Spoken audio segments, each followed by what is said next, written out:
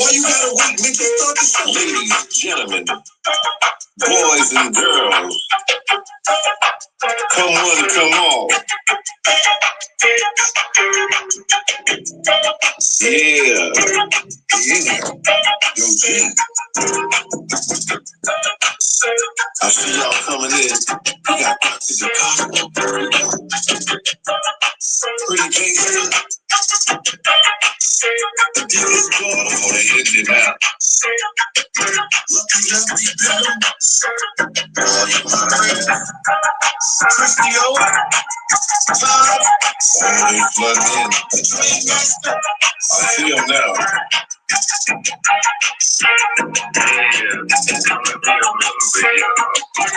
On the Team Gill Show. On the Team Gill Show.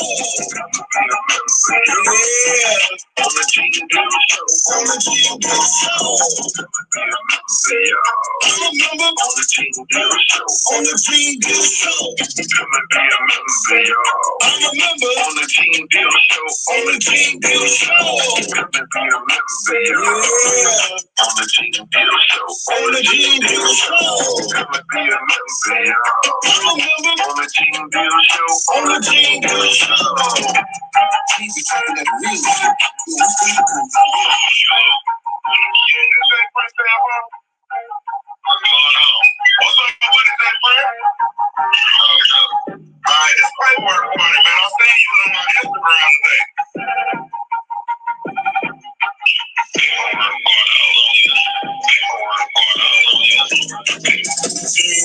Paperwork for producer, sliding like Medusa, getting looser and looser. Exclusive collusion, they on my Instagram, they make us paperwork and these other painting. So get your membership, subscribe and hit the like button. It's nothing on YouTube, we ain't going to share it. Cash out, PayPal, and hit the test. Tune in, we about to get it. On the Team Gill Show. On the Team Gill Show. Come and be a member, y'all. Yeah. On the Team Gill Show. On the Team Gill Show. Come and be a member, y'all. On the Team Gill Show. On the Team Gill Show. Come and be a member, y'all. On the Team Gill Show. On the Team Gill Show. Come and be a member, y'all. Yeah. On the Team Gill Show. On the Team Gill Show. Come and be a member, y'all. On the Team Gill Show. On the Team Gill Show. Paperwork a producer. Paperwork a producer. We sliding like Medusa. Paperwork a producer. Paperwork a producer. That's on that paperwork a producer. My boy Team Gill, man. Paperwork a producer. We sliding like Medusa. Paperwork a producer. Paperwork a producer. That's on that Team Gill Show. Lego.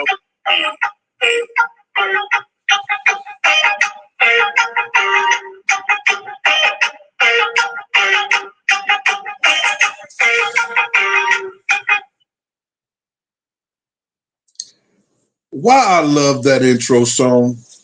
That intro song is shout out to Paperwork, man. I gotta get back up with my boy so we can get these shows together. I said that before, but I've been just crazy busy in the loop. I've been crazy busy in the loop, getting these books out, selling these books, shipping them out, handling family business in the whole 9 yards. Yo, go out.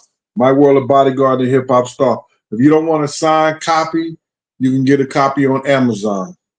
All right? I'm pushing these because I bought a boatload of them. So trying to get rid of them. They're great Christmas presents. Remember, Christmas, for y'all who celebrate Christmas around the corner. You understand? And plus, you'll be saving the children.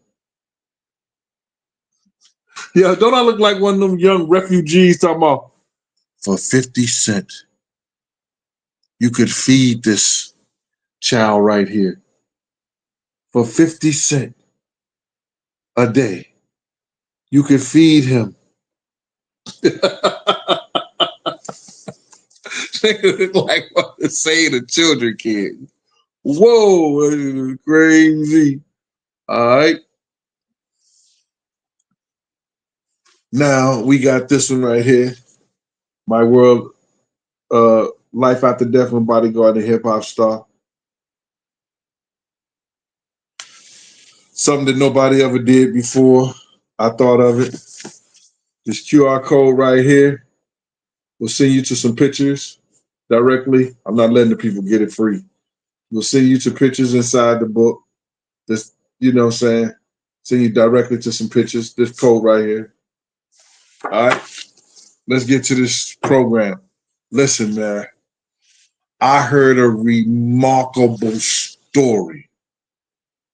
And the shit was just so great. I had to share it with y'all.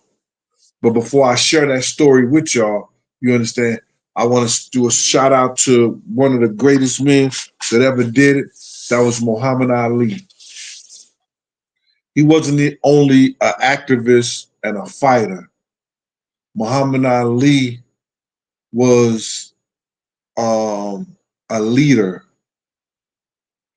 and whereas that he was trying to uplift us as a people, he was trying to let us know not only how great he was, how great we were.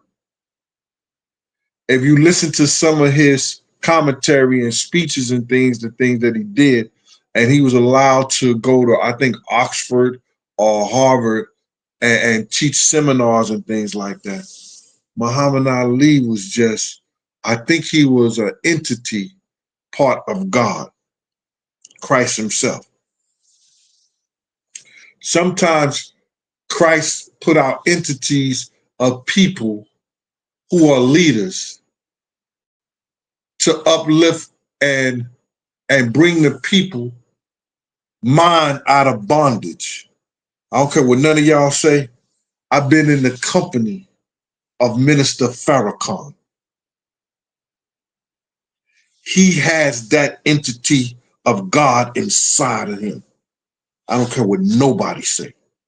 I've been there and I felt it. You could feel that spirit. You understand? It's crazy. You gotta be there when you around things that are holy and understand what I'm talking about. You know what I'm saying? People may not like the message or the way he put it on there, but he's an entity of God himself that was put here to lead the people. That's my opinion. Just like you got your opinion. Everybody got their own opinion, just like they got an asshole. Pause. I got my coffee in here today. I left my cup out in Wentzville. My cup that Della gave me.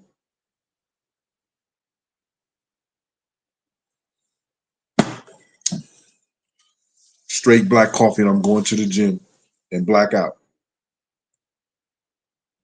Shout out Candace Brown over there in KC. What up, Candace? Now, I need to ask y'all a question, and I want y'all to be totally honest with me. And I know some people go, just for, how we do. We want to be into it and like we know every motherfucking thing. You know what I'm saying? Like we all know everything. We can't be wrong. But how many of y'all out there knew that when Pac did the story Brenda Got a Baby, that was a real story? Let me see some hands. Let me see something out there, bro.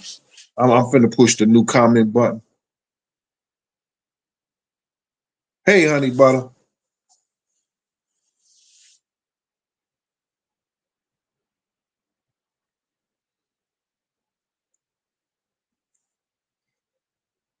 Since I've been talking about the LGBTQ community and they boy sending harassment texts and stuff like that, I'm getting a lot of them trolls in here.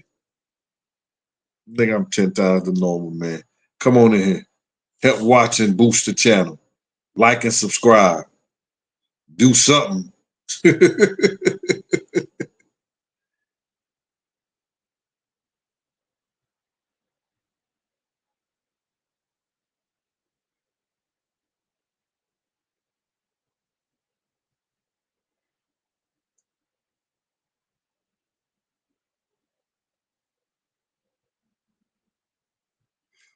Okay, Biggie 9712. He said he knew it was a true story.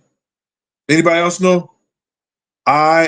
Ethan Gardner 3372 said he knew it was a true story. Blink, I ain't asked you your kids was a fan because of Tupac. I'm asking you, did you know Brenda Had a Baby was a real story? A lot of people saying yeah. Mr. VIP said yeah. Al Jack did. Al Jackson, what up, Al? That's my man Al out there in Chicago. Purple Flowers, Majestic Grace, Dina A. They say Pain was a Reese, no, I didn't ask you was Pain. I'm asking you about the Brenda. A lot of people knew. I didn't know. I didn't know, and I was in New York City when it happened. I remember the story, but I didn't equate it to what Tupac was writing and what Tupac did at that time. I didn't. I didn't know he was talking about that particular young lady.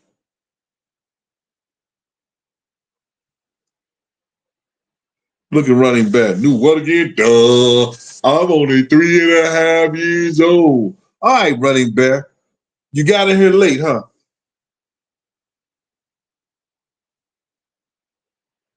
Yeah, Bleak. He read it in the newspaper. His mama quizzed him on the whole thing. Yo, let me just tell y'all this, bro. And this how greatness transcends greatness throughout the universe and throughout the time in our people. Muhammad Ali in November, around October, November, the same time, 20 years, 30 years early, when Brenda Got a Baby came out and was released by Interscope, by Tupac, Muhammad Ali did that speech on white is right. Why is white always right? And he did it over in Europe because they wouldn't have never did it in the United States at that time. They would have never let Muhammad Ali get on television and talk about why is Christ white people, all the disciples was white. Why is the angel food cake or angel something like cake is white and the devil food cake is black? Why is black cats bad luck when they actually are good luck? Why is it when you trying to extort somebody, they call it blackmail? You understand? He did this whole thing, and what he was trying to get the people to see and uplift our people is that this is a false narrative that they have been putting out against us. Yeah, Jinx is missing me. She told me. All right. So now, check this out. 20 years after Muhammad Ali did that, it's about 20 years after my 91, Pac did that, 2001. About 20 years, no, 30 years. About 30 years after Muhammad Ali did that whole speech and that whole television thing, Pac read a story about a young lady, Brenda Has a Baby. And I don't know if it was Brenda Has a Baby, but the young lady who was raped by her cousin,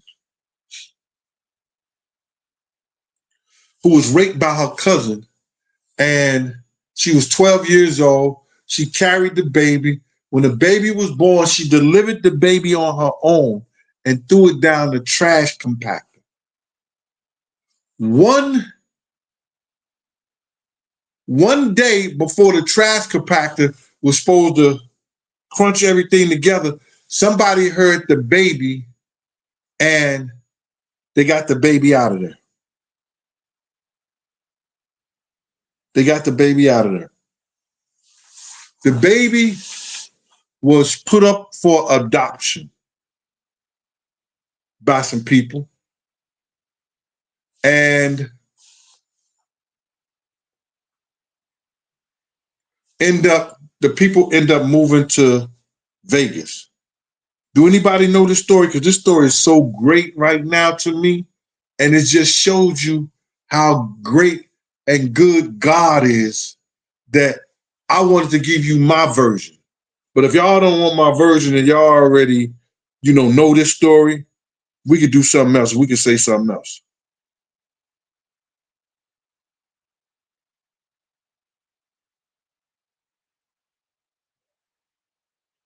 Running Back said they never heard of the story.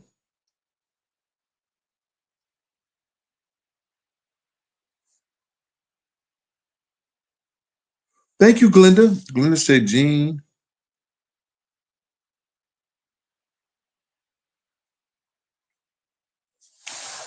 Thank you, Glenda.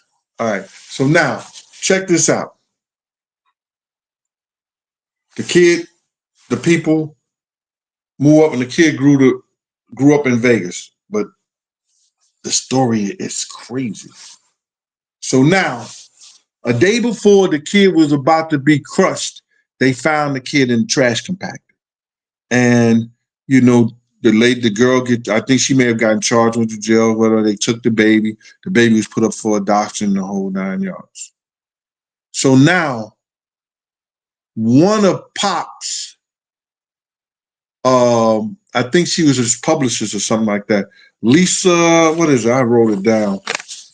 I wrote some facts today. I wrote some paperwork today. Lisa Steinberg. Lisa Steinberg was also in that Biggie Tupac thing, and she had said that she saw the guys out there, David Mack and everything, at the Peterson Museum the night Big got killed. So that's a beautiful thing. Lisa Steinberg been around for a minute. So she was having a conversation with a friend of hers, and they were talking about Pac's song that was on that Tupac's album, Brenda Got a Baby. And Lisa asked the guy, she said, yo, I wonder if that was a true story.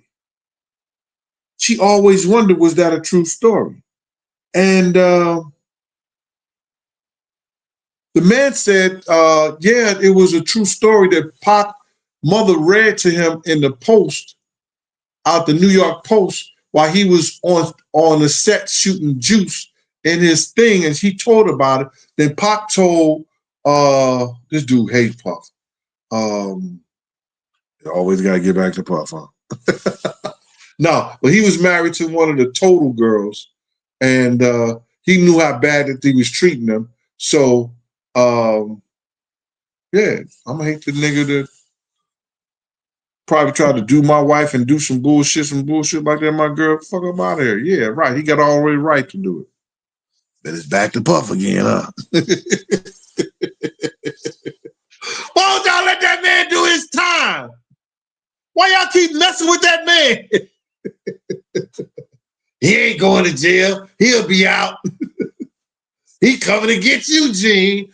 Ooh, I'm scared. Any old way. You gotta bring some humor into this shit. Damn. So now Lisa had a friend, and they was talking about and everything. They said that the story was true about what Pac wrote about, but they wanted to know, could they find the baby? Is the baby still around? The baby still exists? So this guy who knew this, I think you call it a genealogist, they end up finding that the baby was still alive, right?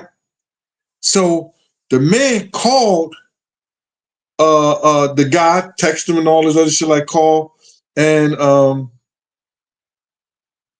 the kid got back in touch with him. Like, yeah, okay.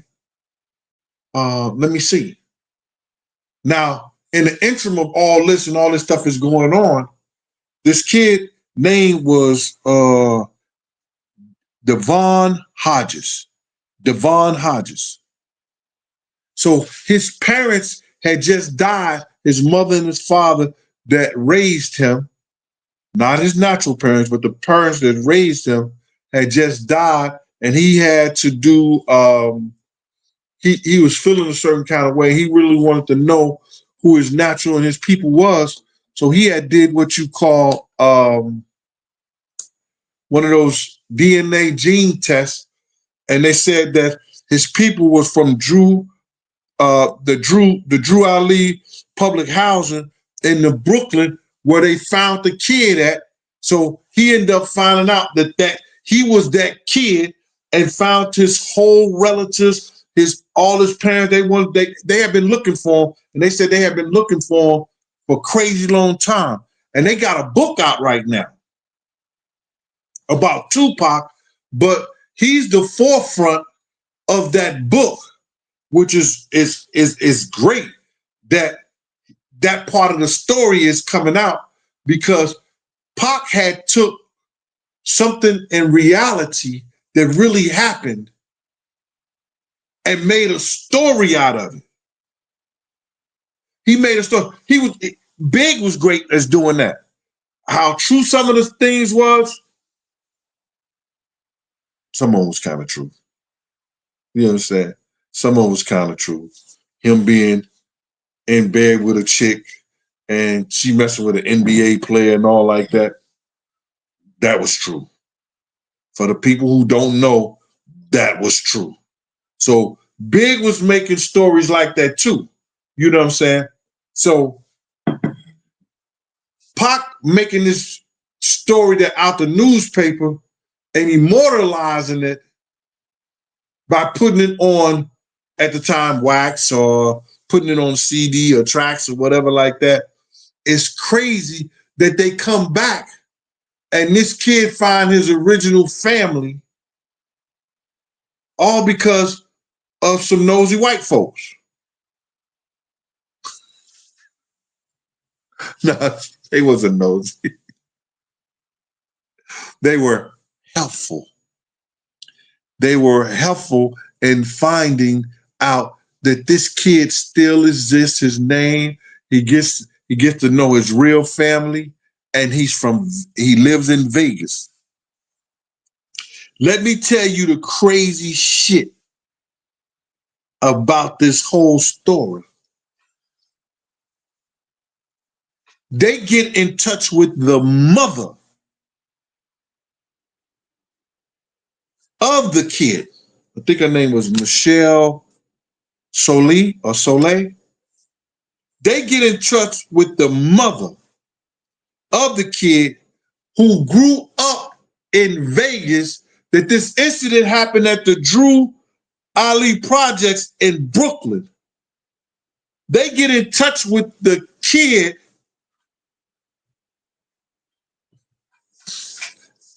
and the mother, the original mother who birthed the kid, who at 12 years old was so ashamed, hurt, didn't know what to do, put the kid in the trash compactor. God saved the kid. But check this out. When they get in touch with the mother is in Vegas. The mother is in Vegas. This ain't my story. This is a story that they put out and they selling the book, the new book. I forgot the name of the book. I should have wrote that down. I just don't want it to outsell mine.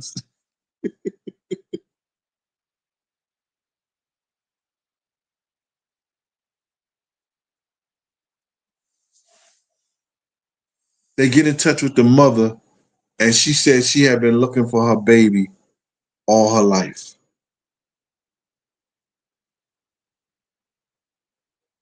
The power in this story is that Pac took a story in November of 91, one of his probably greatest songs, immortalized the song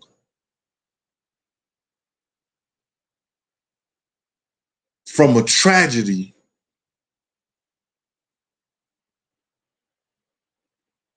and now this kid that they found who's a Pac fan. Pac said it's one of his, he said Pac is one of his greatest artists that he loved, and he from Brooklyn. He said it's the Brooklyn way. He immortalized this story of a tragic situation that happened.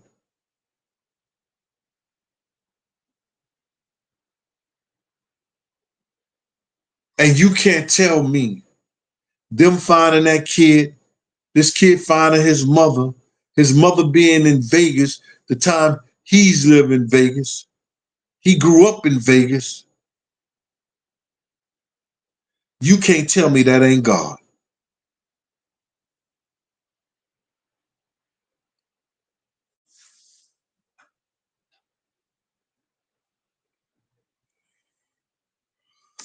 I'm going to the gym. All my Cardinals hats is upstairs. Nosy. So now, I'm going to take this time. If anybody got any questions, want to say anything, you can call at 201-969-6168. Let's get at it.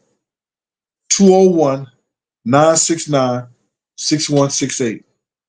Honey Butter, if I miss anybody, text me, let me know. Appreciate you and all what you do. Do the Cash Apps. Cash App, thank you, Miss Bestie.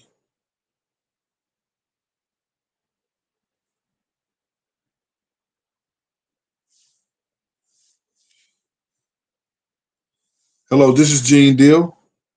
Big Gene, what's going on, partner? What up with you, boy? I'm chilling, man. I was just in the comments and I was saying, as you was telling this story and you saying that that the kid was in Vegas and the mom was in Vegas. Hold on. Let the people know who you are, player. And where you calling from, man? Hey. This T-Ray calling from the 608 Wisconsin. All right. Y'all get out. That's the 608 Wisconsin, y'all. Tell them, T. All day, every day. Yes, sir. Yeah, so look. So you said that he was in Vegas. They found the mom in Vegas. He grew up in Vegas. He grew up in Vegas. You know what I'm saying? Huh? He did. Watch the Brenda's Got a Baby video. Pac is wearing a UNLV beanie hat. Oh, my God. Don't tell me that shit, bro.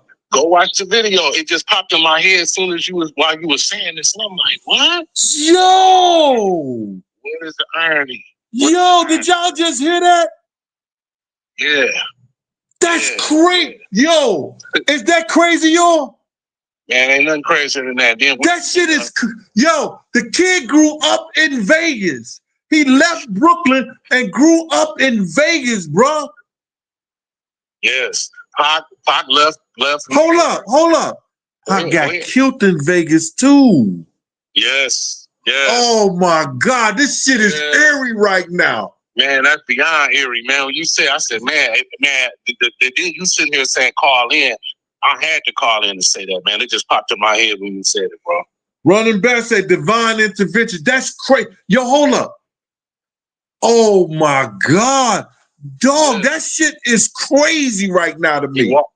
He walking up the street rapping and he got a UNLV beanie hat on. Talking about Brenda's baby, who ended up going to live in Las Vegas. Yes.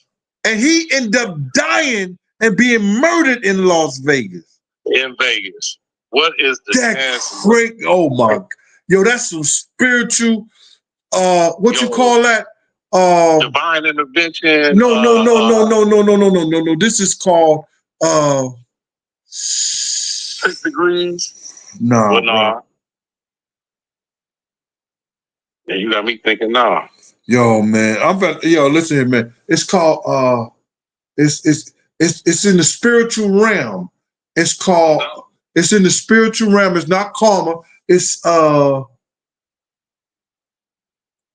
God, my God. I'm blank too. Listen, man. Let me get to the other of these calls, man. Thanks for bringing that light to that. That shit is crazy right now, man. You know what I'm saying? No doubt, big man. All right. Yes, No sir. doubt, man. I'm finna call this other guy. Peace. All right. Yes, sir. Yo, you see what happened? When we all come together, man, as one, and the shit that we come up with and the shit that happens, let me call Vegas right now. Somebody from Vegas is calling. Please leave your message for. Oh, he ain't answering. Okay. Jose. Sorry, mailbox is full. Jose ain't answering. Okay, Jose. Excuse me, amigo. I'm sorry about that. I tried to call you, but you didn't pick up the phone. Yo, okay. Yo, that I don't think we're gonna get deeper than that, Jose.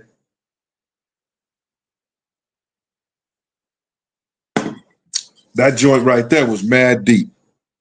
I don't think we're gonna get no deeper than that. We ain't got no other calls coming in.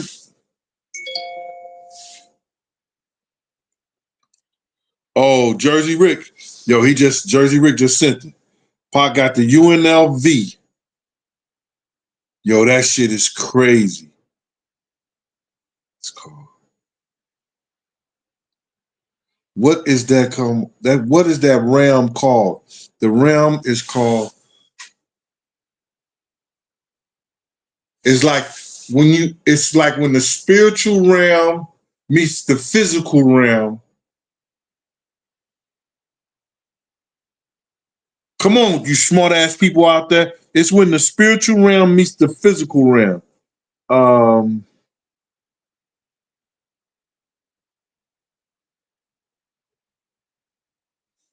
my God. And I studied this shit before.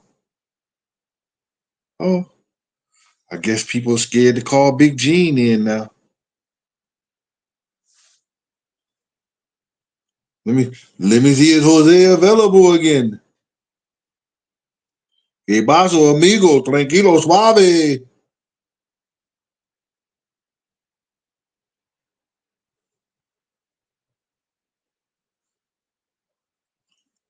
Just keep feeling that, Jose.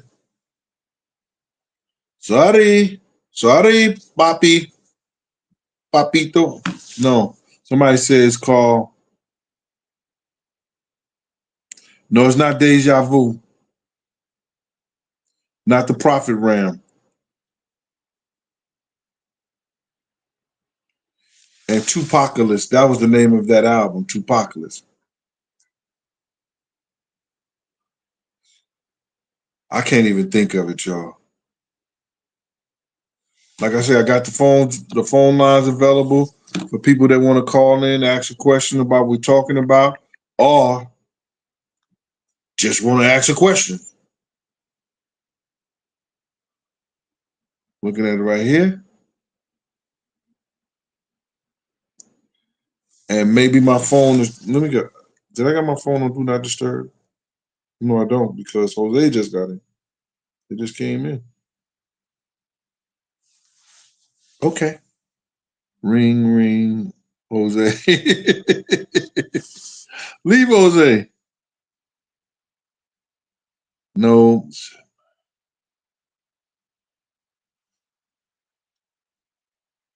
I'm trying to see what they say. Gene, find that.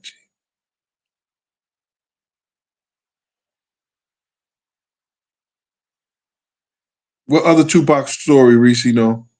I just wanted to talk about this one because, like I just felt that this shit was just so great. And then the fact that he's wearing a UNLV cap and that's where the kid end up at. And then and lived and grew up in Vegas. And then go and find his people back in Brooklyn. And when they find his mother and people call his mother, she's at a Hot Chili Pepper concert in Vegas where the kid lives at. Oh my God.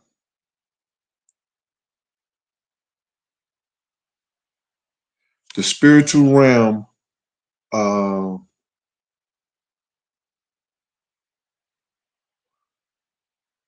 it's not karma, it's not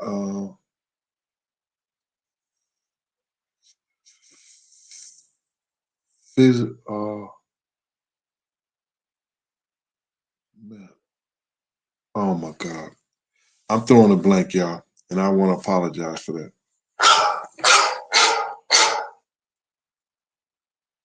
Mr. Hey, you gotta let the people know where you from and where you calling from. Big Al Jackson from Chicago. You heard that, Big Al Jackson from Chicago. He ain't say from, Peoria. He ain't say from Springfield. He said from Chicago. Let them know what's up, Al. Hey, Gene, the word you're looking for, I think, is premonition. No, it's not premonition now. It's not premonition. No. This is a physical state in which that you could feel it. It's when that you are allowed to feel the spiritual world in your mental state of being. Okay. Let me ask you a question. The phone that I tried to call, the 201 number, is going straight to the voicemail. Oh, let me see. Oh, that's what's happening. Yep. So that's why I called this. That's how I got the other guy's phone because I seen it on there. So you got something you might have do not disturb for someone. Yeah. Okay. All right, Big Gene. I'm in the show, so. All right. Thank you, sir. I appreciate it. All right. All right. Okay.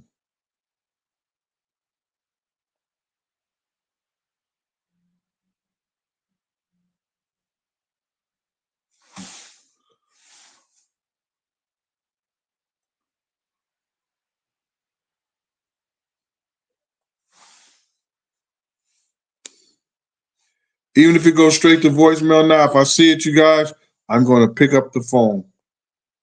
All right.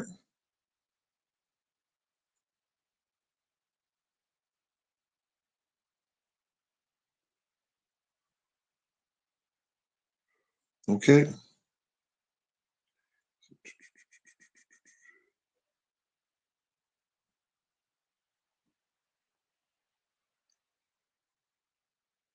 All right, y'all.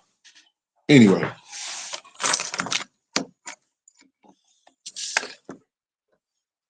So Charles Hunter says spiritual paranoia. Nah. Oh, gee, Patricia said she just texted to me.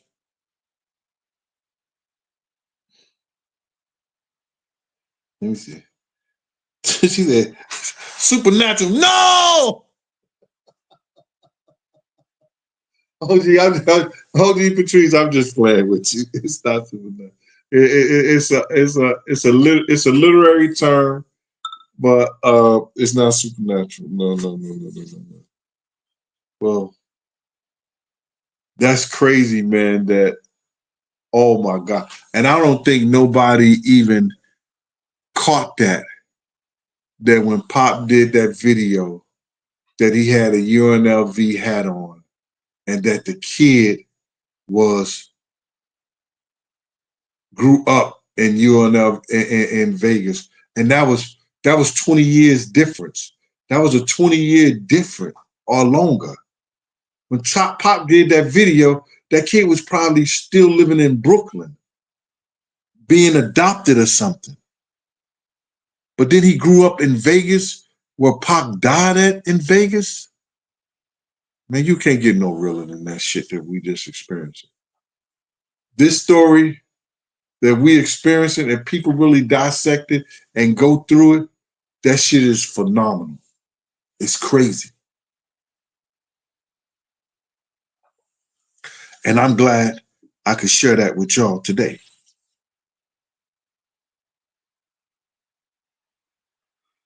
No, purgatory is purgatory is a place like in Dante's Aeneid. If you look at purgatory is a stage of going to hell. You know, people, the souls are in purgatory until they decide whether they go to heaven and hell. No, it's not that. It's I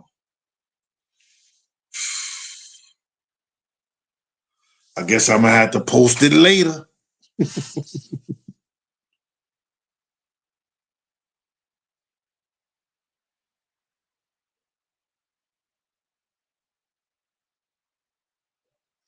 The boy's biological father was a cousin. He should have been put in jail for raping, but I don't think the girl ever even told on him. She was raped by her cousin. It's fucking crazy.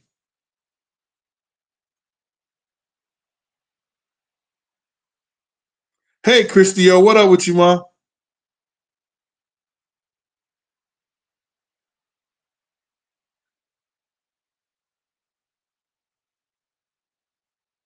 Reggie Roberts, what's good with y'all? Y'all out there working honey butter. I appreciate y'all.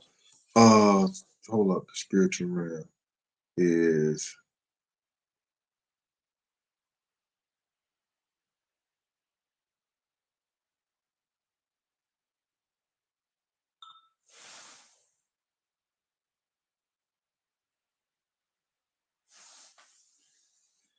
transcendental. Transcendental was it? What is it? Transcendental reality. Oh, Christio. No, I'm not looking for that. Christy, I'm just playing. It's the coffee.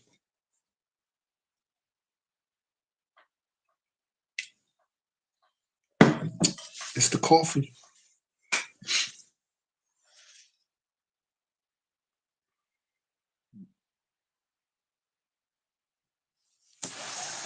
It's something that it came from the Egyptians.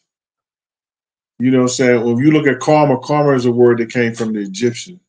Karma may not happen to you.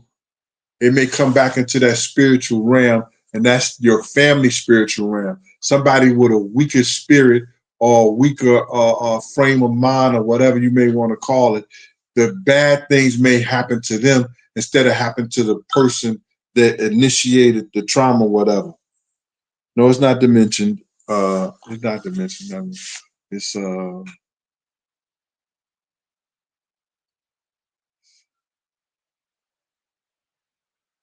spiritual realm. Let me see if Siri know anything. Siri, what different Siri? Can you name the spiritual realms that the Egyptians talked about in their literature?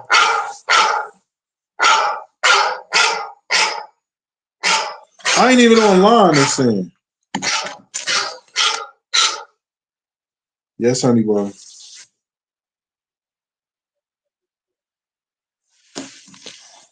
Um,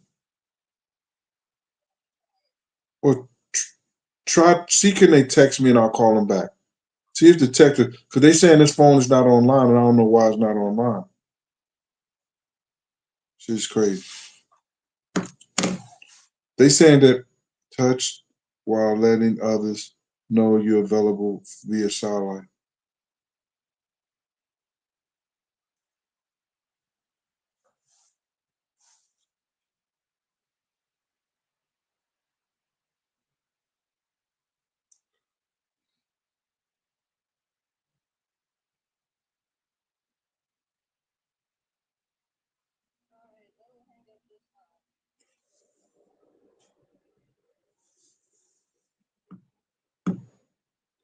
They say I'm connecting to a satellite shit. What is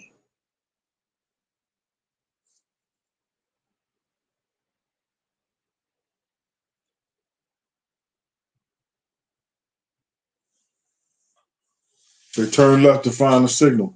I can't find the signal.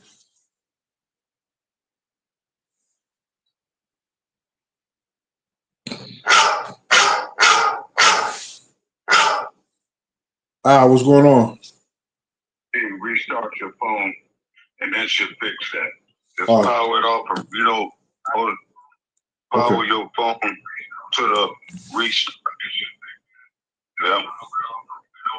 All right, Al. Thank you. Okay.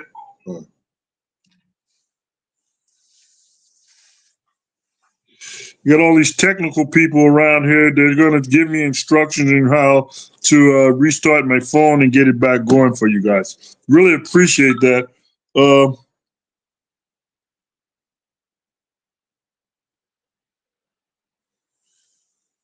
No, I'm not talking about that. It's Christiel. It's called everybody's trying to get it.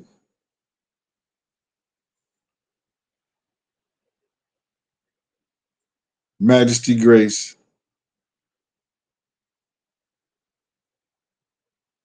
Say check your Wi-Fi.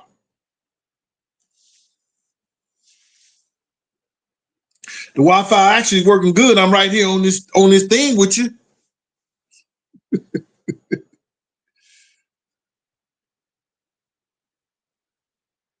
It's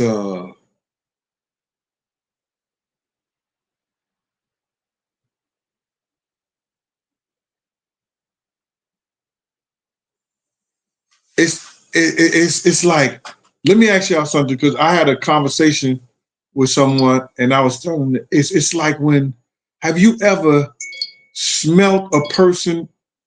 Oh, here you go, right here, come in. Damn.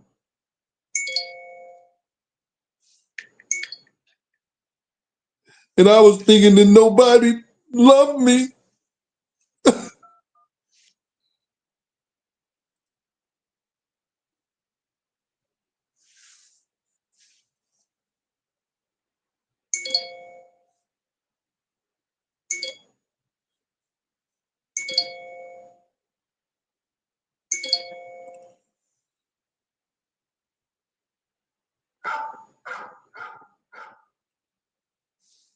Hello? Big J, can you hear me? I can hear you now. Who's this? This Jose out of Vegas. Jose. Not the trucker Jose, is it? Yeah, man, I'm gonna give you a job so you get off that senior citizen phone plan or something. Well, you know, it is what it is, man. We all can't drive trucks, player. We gotta do what we gotta do, man. You know what I'm saying? I ain't mad at it. You feel Come me? on over here to K Jose Truck It, man. Let me give you a job. Yeah, man. I ain't turning down nothing but my collar, player. What's up, Big J, man? I can't get no chat messages or nothing in there. Oh my God, I don't know what's going on, man. But listen here, bro. Yo, that shit is, did you hear the part? Was you around or was you out there driving the truck blowing your horn? Pause. Huh? On what part? On what part? This Tupac thing? Yeah, man. That the Brenda got a baby story. Right. The Tupac was he read this story in a newspaper, right? Right. He went and told Omar Epps he gonna write a song about it while they was doing Juice. Right. He wrote a song about it. The kid was adopted. You understand? The kid was adopted. The parents moved to Vegas, right? Okay. The kid grew up in Vegas. When Tupac did the video about Brenda Got a Baby, he had a UNLV hat on. Yeah, I ain't pay attention to all that stuff back then. Nigga, nobody did. I didn't even know, like you said. But to tell you the truth, back then I was a Biggie and a Scarface fan. So to me, it went Biggie, Scarface. No, it was Scarface, Biggie, then Tupac. Right. That was just me back then. Right. Tupac, he was all right, but you know, when he died, it's like they sent him to the moon. Yeah. You know what I'm saying? When he was alive, he really wasn't popping that hard like that. Oh, no,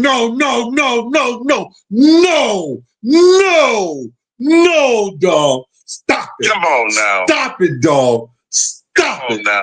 He had. Oh, come tell on, me man. Come on. Tupac was alive. Come on, man. I can't let you do that. Nigga, ain't nobody never gonna ride in your truck again. Let me just tell you something, man. You can't do that. Pop. I'm telling you the truth. Oh, no. You telling me your truth, and I ain't got a problem with that. I'm a 70s baby, too. Nigga, listen, So I'm a I'm 60s. I was born in the 60s. The fuck?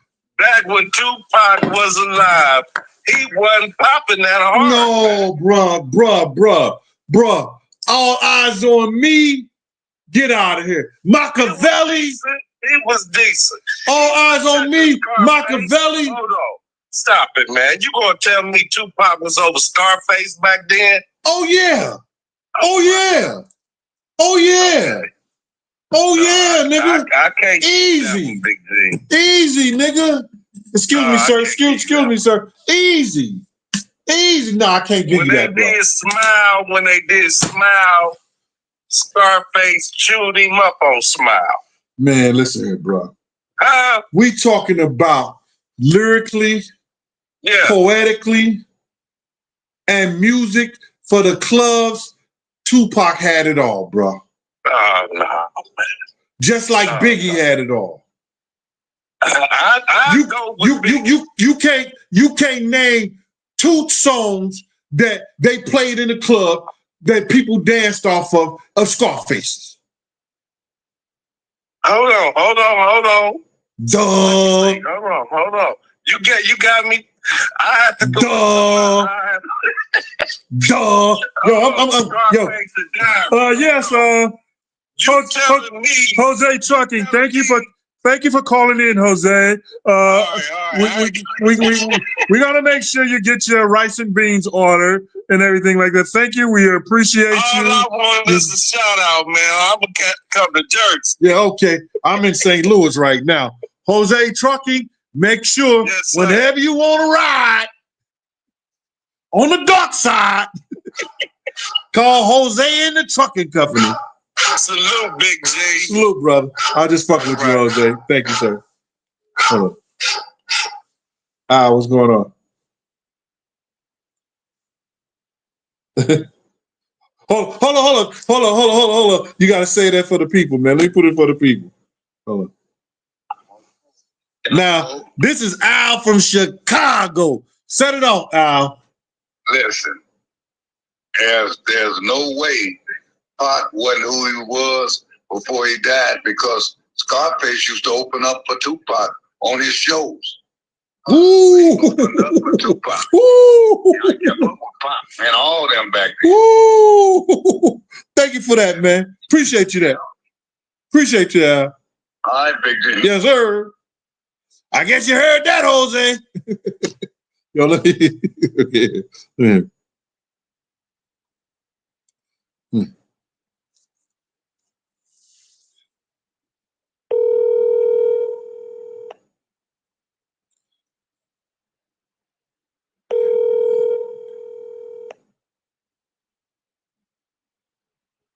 This is somebody from. Yeah, man. Do you live on my show right now? Do you want to be live on my show, or do you know to speak with you? You know, I really don't have that much history. I'm kind of like a 76 baby. You know what I mean? It's just that, you know, I want to reach out and tell you what a stand-up like dude you are, man. Yeah, I appreciate you, bro. I really appreciate you, man. I don't get a lot of that, man, you know, because you know how these cats, you know, be hating and shit, but I don't give a fuck about that. When I get a real one to tell me and everything like that, I can't do nothing but appreciate that and take you in my blessings. Absolutely, man. I have both your books, and, you know. How did you like the books, bro? I'm not gonna lie to you, Gene. I haven't gotten to them yet, because, you know, I work for the post office and it's like time sensitive over here. I'm a track and trail operator. Okay. But you bought them anyway, right? Absolutely. I got them. So, yo, whenever you get ready to go on vacation, man, you know, and you got your downtime, you're taking that long plane over into the Netherlands or someplace you like that, and you got that long plane ride, open them shits up, bro. You're going to be like, yo, I should have read this shit a long time ago. Absolutely. Absolutely, G. Absolutely. Yo, man. You down to earth, man. And yo, man, you be having me cracking up off this bitch, man. I'm telling you, man. Well, tell the people your name, man. Where you from, man? Charles Hunter, Rockaway, Queens. I just relocated to New Jersey. Got my new apartment for right now, and I'm just living it up, man. All right, do your thing, man. We appreciate you, Charles. All right. All right, no doubt, Big J. All right, one, bro. Later. All right, one. Man. All right. Man, it's good to get, you got people in there calling in like that, man. That's real appreciative, man. We got somebody on the 572 area code. I don't know where the 572 area code, y'all. Where that's at?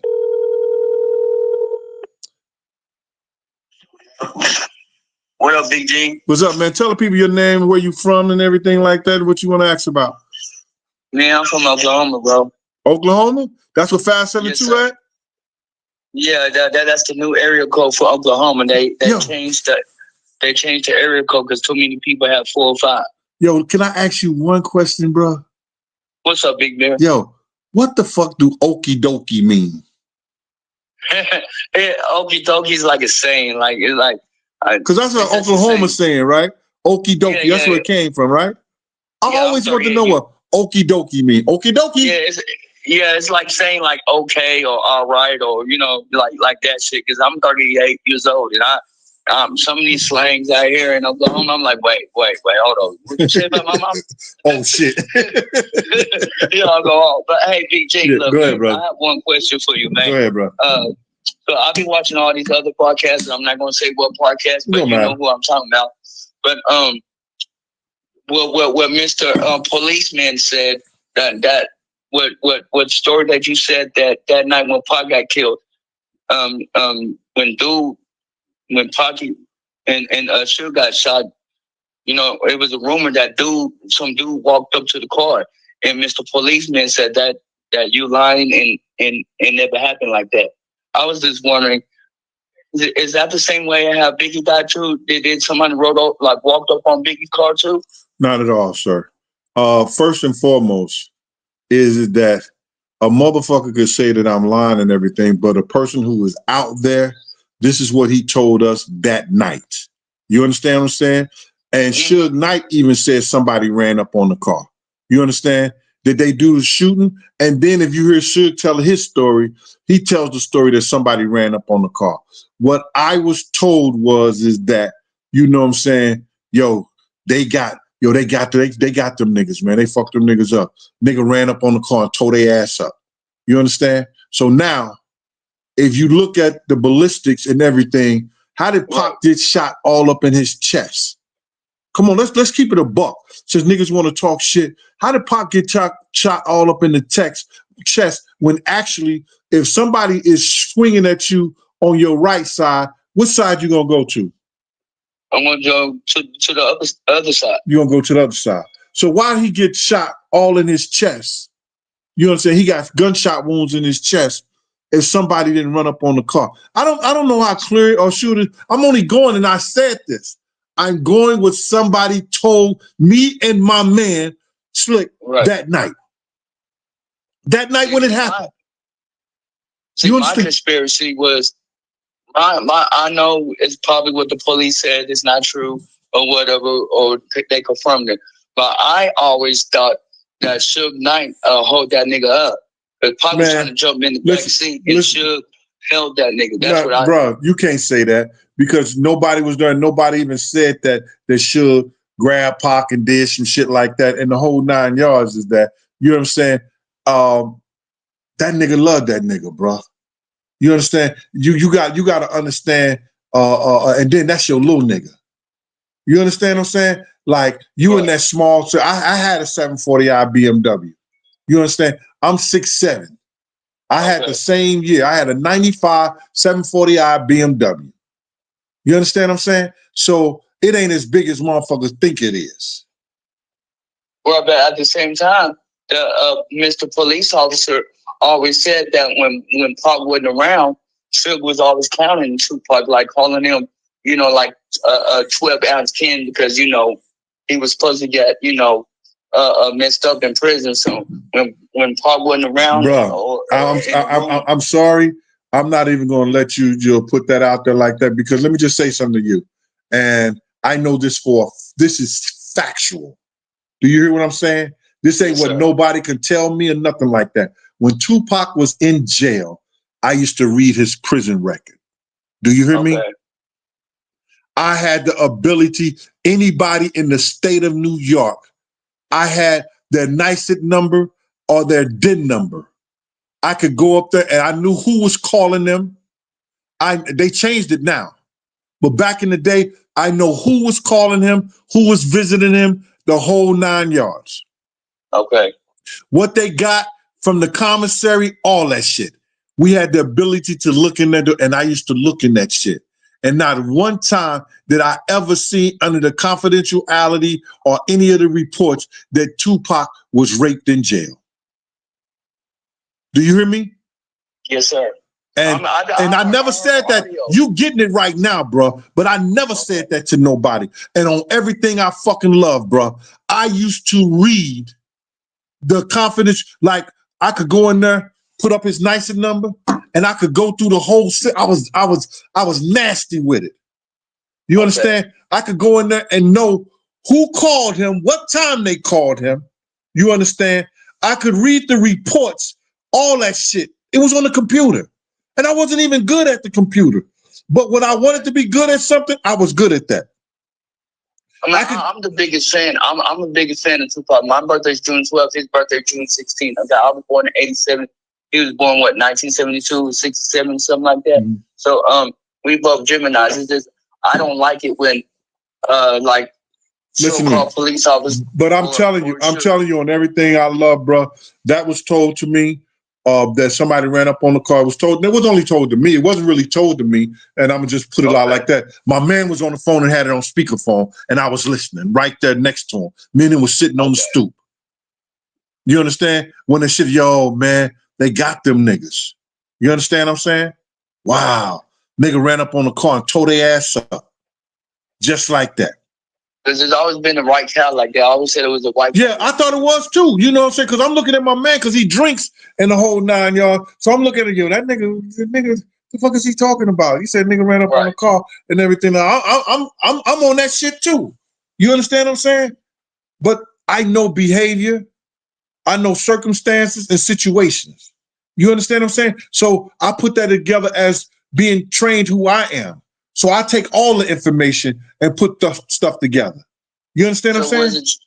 Was it true? Was it true? Was the FBI there on both of the cases on Biggie? I don't know that to be true because Phil Carson did an investigation and he didn't say that anything came about that they had agents on side. It's easy to tell. Motherfuckers are getting paid for doing certain things. They know who was there. They know who wasn't there. Bruh, LAPD know who killed Biggie. The reason they know who killed Biggie because they had all that shit sealed. Yeah, I don't think it was. I'm sorry to say this. I know I'm online or on YouTube, but I don't think it was Poochie or whatever that dude. Oh, it wasn't. It wasn't, bro. I would have known if a 5'6" nigga walk up to me and it wasn't. You understand what I'm saying? But listen here, man. We was on something else, man. We had discovered this whole shit about Tupac, man. I'm just telling you, I don't run from nobody questions. I don't run from nobody who want to talk to me. You understand? Well, I appreciate you, Big G. Yes, sir. For your time. You have a nice day, bro. I'm watching you live right now, though. All right, so listen here. Tell the people your name again, and you from Okie Doke. I mean, okay, where you from, bro? Hey, we won the national championship. I mean, the NBA championship. Oh, no doubt. No motherfucking doubt. Twisted, Oh, no motherfucking doubt. Y'all did win it, and y'all might win it again this year. So yeah. My name is Michael, and I'm from Oklahoma. All right, salute, Mike from Oklahoma. Appreciate you, bro. Yeah, man. You have a nice day, brother. Yes, sir.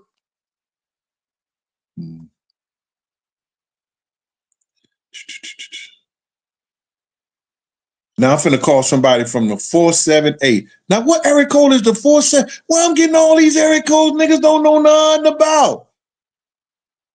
This is one of them numbers, y'all. Hello? Hey, Big Gene, what's up, big baby? Yeah. Man, where the 478 at?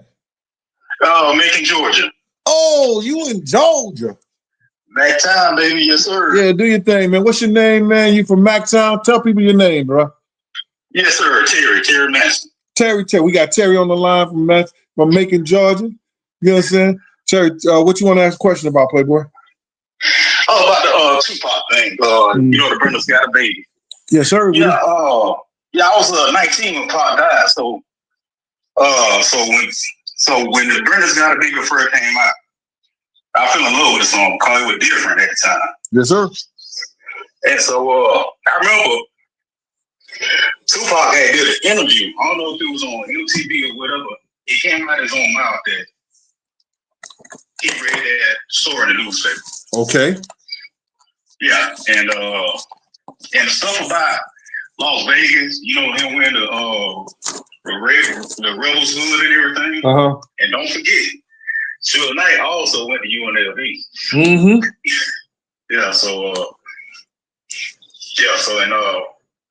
But yeah, man, I remember the night Pop died and everything, man. When they showed it on MTV, you know, it was breaking news. You know, I was smoking weed at the time and over a girl house, and it flashed on the screen. And so at first we thought that they was talking about the first shooting. But then, you know, we was like, hold on, wait a minute. That's a baby? And so we seen that, oh man, Pop did get shot again. Mm-hmm. And then so I had to go to school the next day, high school. And the girls were crying and everything. So, you know what I'm saying? Pop was a man. Yo, I know grown ass women still love him. And if you say anything about him, nigga, you might not be dating them no more. You better know it. Especially if they from New Orleans. Yeah. You know, there's some girls out there that love him. Ooh, yeah, Lord. I mean, seriously. Yeah, I went to school the next day, man. You know, girls get crying. And you know what I'm saying? I was like, damn, man. You know, shit. Pop touched a lot of people. And you know, dude said Face was better than Pop. Don't get me wrong now. I love Face. To me, he's the true king of the South. But back then, Pop was that dude. My man, listen to me. You can't check it out. You got two stadiums. And each one of them motherfuckers is free. They right next door to each other. You got 1 million fans. And the no, I ain't gonna say it like that. You got 100,000 fans. Each one of the stadiums is filled, right?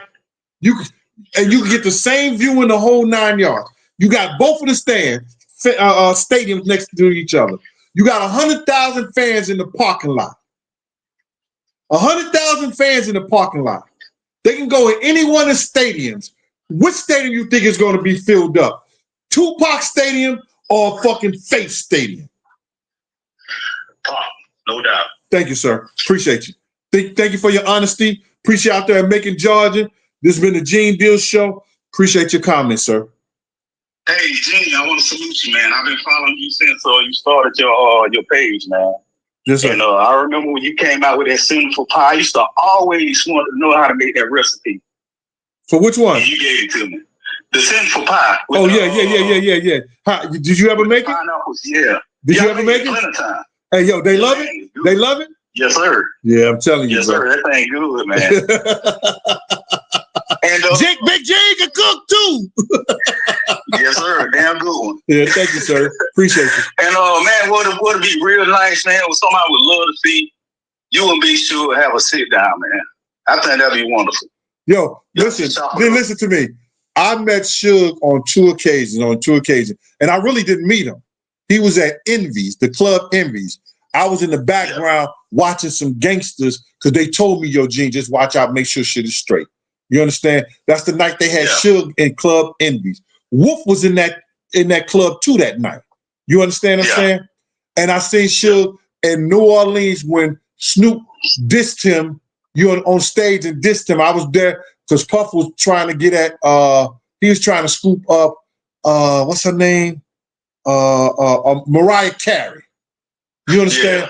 And Mariah Carey was getting in the middle of it, and Puff told me to snuff his brother if he he wanted me to beat her brother, because he was trying to get in between when he was trying to talk to Mariah Carey. But that's not heard of that. Suge gave my kid's mother, my baby mother, the wifey at the time, a big hug. She said, "Oh, Suge." He said, "Yeah, what's up, sweetheart?" And the motherfucker, this how these girls is when you ain't looking or they think you ain't watching. Yeah. You understand? Oh, Suge.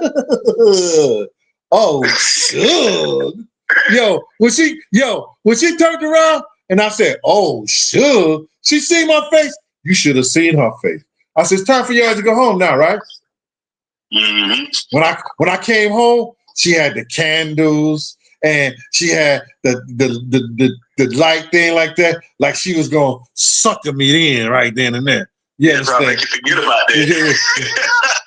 Baby, who you gonna think I'm Suge now? Hey, DJ, a lot of people, 30 years ago till now, a lot of people always say that Pop had a lot of women, but I ain't gonna lie to you, Suge did too. Yeah, I know. Yeah. Suge was going through them like white on rice. And that Yes, when you're an executive used to like that, you probably would be doing it too. Yeah.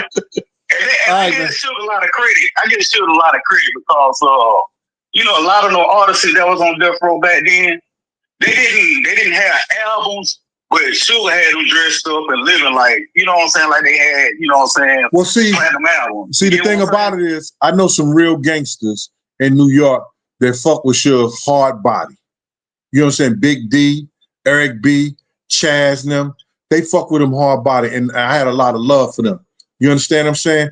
And if he was a piece of shit, they wouldn't fuck with him like that. You understand what I'm saying? You know what I'm saying? So no matter how much money he got or what you like that means he was a thorough brother, because when he came to New York, he was around thorough niggas. I don't care what nobody say. You understand what I'm saying? When he came to New York, he was around thorough niggas. You understand? I was there to watch them or watch they back during that night, to stay in the back and watch and make sure and stuff like that. Because I could spot sucker shit from a mile away. You understand? And niggas is trying to gank or get on somebody. You understand? So I know he was a thorough brother, and thorough niggas fuck with him back in the day. I don't give a fuck what nobody say. And if they got problems, that's their problem with them. I never had a problem with them like that. You understand? Yeah. All right. But anyway, bro, let me get to these other calls. I appreciate you, man. Yes, sir. All right. Yes, hey, sir. Much love, baby. And keep doing what you're doing. I'm all over tuning in. Yes, sir. All right, later. London Brooks, what's going on with you? Let me see. I got to get this other guy right here. I'm calling the 771 area code. Damn, why I don't know my area codes? 771-9311. Yo, what area code is 771, y'all?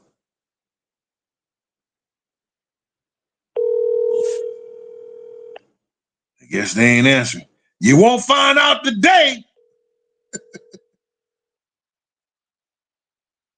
Ask Siri. I'm talking about ask Siri. Siri, what area code is 771? 7712. Oh, that's DC. 163.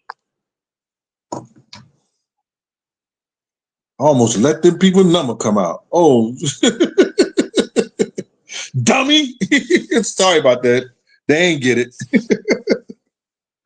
Y'all was trying to call it 771. Premonition. Yeah. So listen here, man. 702. I already did the 702. Didn't I already do the 702, y'all? Let me see. I think I did the 702 already.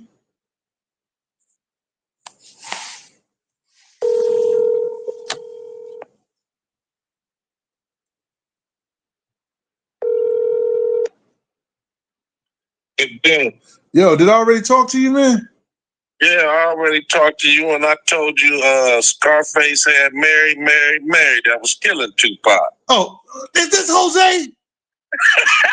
Is this Jose? Oh, Jose, get off my line, bro. Get out of here, man. Yo, if you wanted somebody to take you somewhere, Use Jose Trucking. You could pay them with rice and beans and Goya sauce.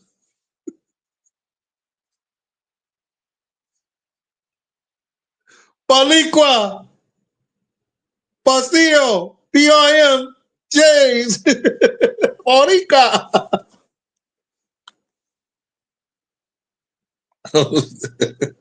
Yo, listen here, man. Listen, yo, my mind just got blown today, man. I learned some shit, man, and that shit is. Oh, I was trying to stay on this line, you know, so maybe it will come to mind this this spiritual realm that the Egyptians used to talk about and be about. It's not karma. It was I really can't think of it, but I remember the stories. It's when the physical and the spiritual meet, and you can actually feel the spiritual part of it, and you could feel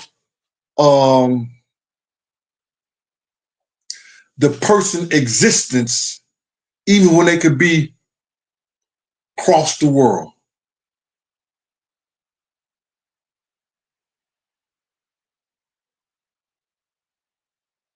I'm trying.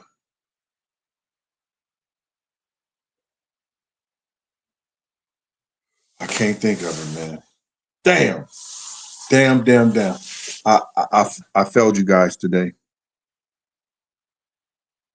Oh, I failed you guys today. I got another call coming in. I'm gonna take this one.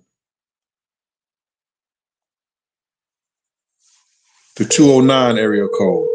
All these damn different area codes.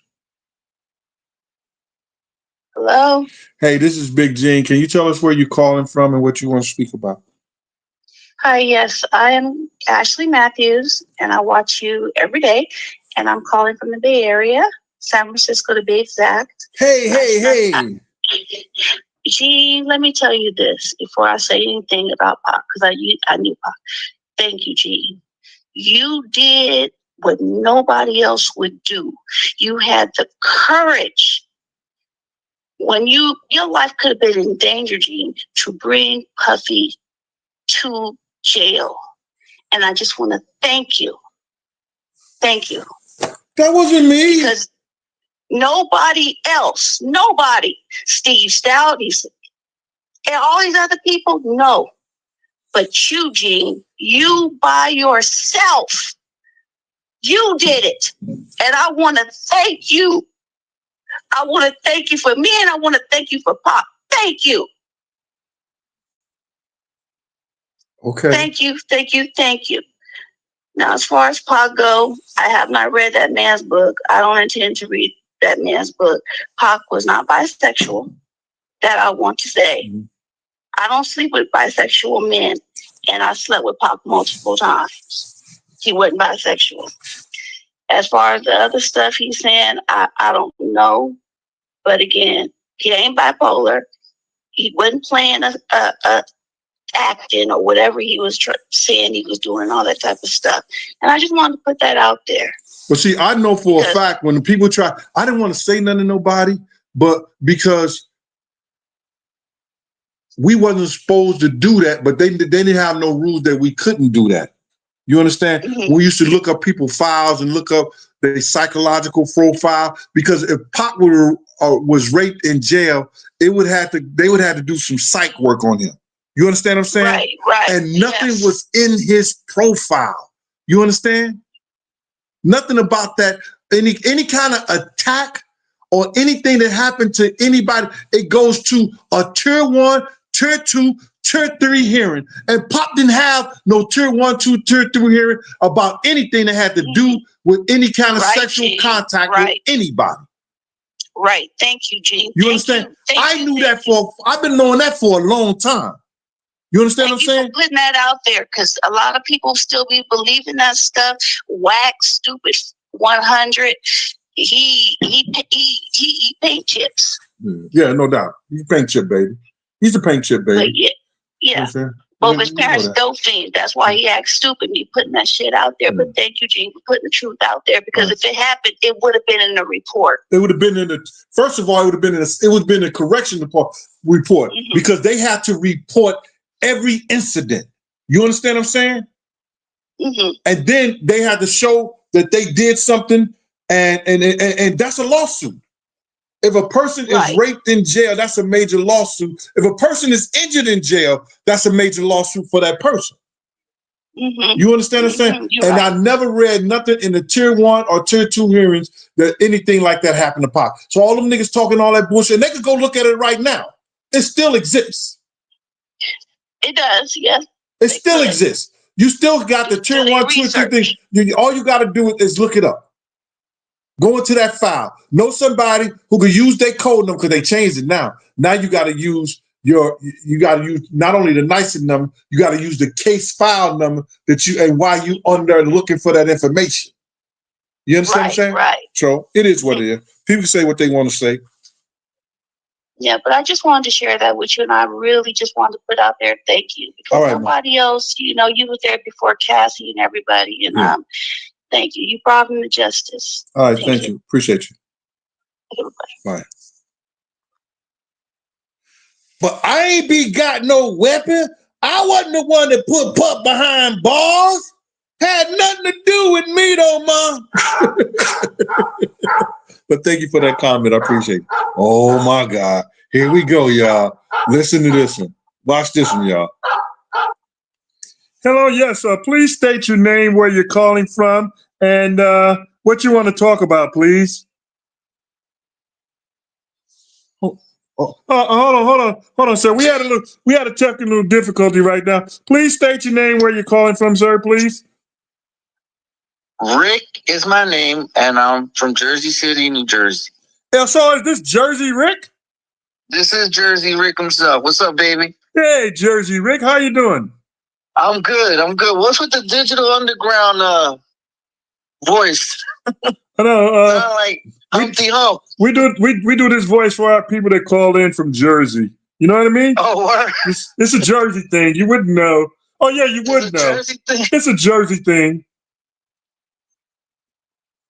Well, I got a couple of things I put down on for as far as the rape thing, I want to give a salute to the lady that just called in for giving you the props for what she said, everything she said about going after Diddy and putting out the truth. I'm always up for that. Now the thing with the Tupac rape, right? Mano mentioned this in one of his interviews that he never heard, because he was locked up around the same time. He never heard Pac getting raped. Never. He said if she would have gotten raped, that would have spread through the whole jail community. But that never happened. So Mano has spoken on this before. Now, the second thing is, are you looking for the word prophetic? Oh, no. No, I'm not. Okay, so I'm wrong on that. Okay, my bad. And, I was around when Pac was in New York at that time. Listen, I used to listen to Pac and Biggie. And I remember NYC wasn't giving Pac that love because he would never claim where he was from. I don't know if you remember that. Sir, let me just tell you something. I met Pac on, I think, 3 occasions. Pac got mad love. I used to see Pac walk through 111th Street. We stationed on 112th. Listen to me. We stationed on 112th and 8th Avenue. My man Slick had a game room right there. We always post out there. Pac with Bohem, the bald head motherfucker. What's his name? Bohem? Yeah, the actor. The actor. What's his name? Bohem? Baid? I don't know what his first name is. Yeah, but he was in Life with Eddie Murphy. Right. Bohem, whatever like that. Pac used to walk through the block with that nigga on 111th Street. We know what they was going to get. But I don't think Pac was fucking with that shit. But I know that nigga Bohem was fucking with it. That's all I'm going to say right there. 111th. I know what you're talking about. 111th Street. You know what I'm saying? Russell Simmons used to send his driver in his white Rolls Royce over there to cop too. You understand what I'm saying?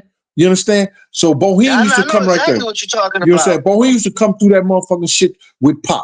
Pac used to walk and make that motherfucking right turn, come up the block, walk to 114th Street, get his smoke and everything like that, go in the bodega.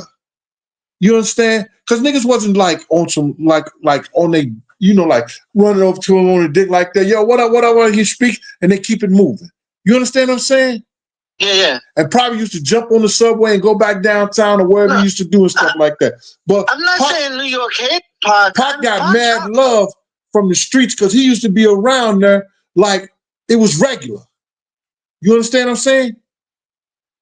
It was regular. No, I understand. Right. I mean, I'm not saying that they hated Pac in New York. He got love, but they didn't. They loved him more when he got murdered. That's when the Pac thing took off. Bo King, yo, but Rick, let me just tell you something, bro. Don't they always love us or love them? Knock on wood. When they're gone, dead and gone. Yeah, of course. They always love you more when you're dead and gone. Yeah, they're putting out. I mean, they build you up to break you down, but when you get killed like that, then you become something else. They immortalize you. Yeah, you become immortal. Yep, that's where we at. Now, one last thing before. His name is Bo King Woodbine. Yes. I know who he is. He was on Life, that actor that's the bald-headed dude. Mm-hmm. He's done a couple other stuff since then, though. Yeah. He was on this video on the that dude had a serious problem with that. You know what I'm talking about. Oh yeah, I know. When you don't even have to say it. Trust me, I got people. I got people that went up there for that same thing too. So that was the spot. Actually, people from Jersey City used to go over there for that. Mm-hmm. All right. As far as that second shooter, right? You know, I didn't hear about that till recently because Frank Alexander or nor Gaddafi had ever said anything about someone approaching the car. Mm-hmm. They always talked about the Cadillac, but they never said, but what you're saying, getting shot in the chest, and I guess at the downward angle there, I see how that could have been. They would have to go up on the car and shoot in and hit him in the chest the way they did. But check this shit out, bro. Okay, just say if I had a motherfucker that I want to do a decoy and somebody was shooting at the car on one side of the street or whatever like that, where everybody focusing their eyes gonna go to? On the distraction. On the distraction.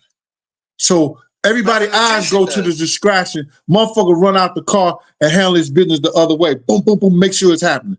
You understand? I'm not saying it happened like that.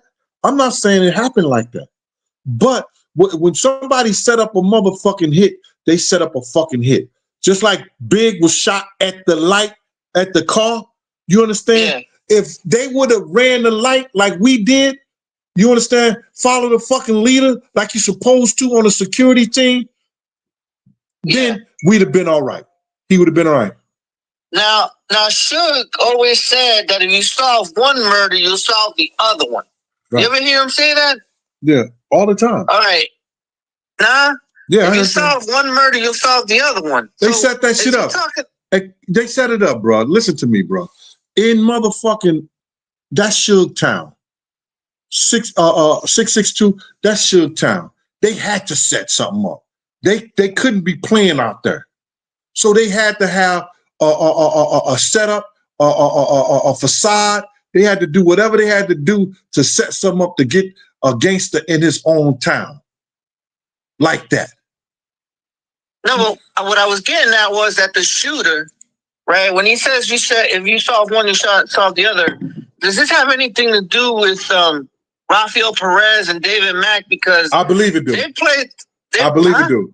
Lisa Steinberg says she seen them at Big's funeral. Exactly. I mean, not Big funeral, at the night at the Peterson Museum. Now, at the end of the Peterson Museum, you see Gaines and Mac sitting at the fucking talking about the situation. They had to be talking about the situation. You see them out there the night after everything went down. You know Perez was there because he picked up some of the bullets in the whole 9 yards, bro. So listen here, man. I'm not here to brain wrestle with nobody behind this bullshit. You know what I'm saying? I know. And I'm like I said, I'm with you 100%. I agree with most everything you're doing. So I'm with you. Right. So like if anybody really wanted to know the truth, exactly what happened, and put it out there the correct way, they'll get these white boys, and I'm not racist or nothing like that. I got white people in my family. You understand? But I'm just telling you, if anybody really wanted to know the truth and put it out there the correct way, they'd have been called my motherfucking number, but they don't want to know the truth. You understand? They wanted to keep it right where it's at, and it is what it is, bro. Let me get to some of these calls, Rick. All right? All right, man. All right.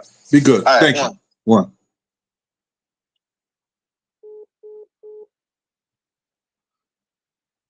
Leave my tongue alone.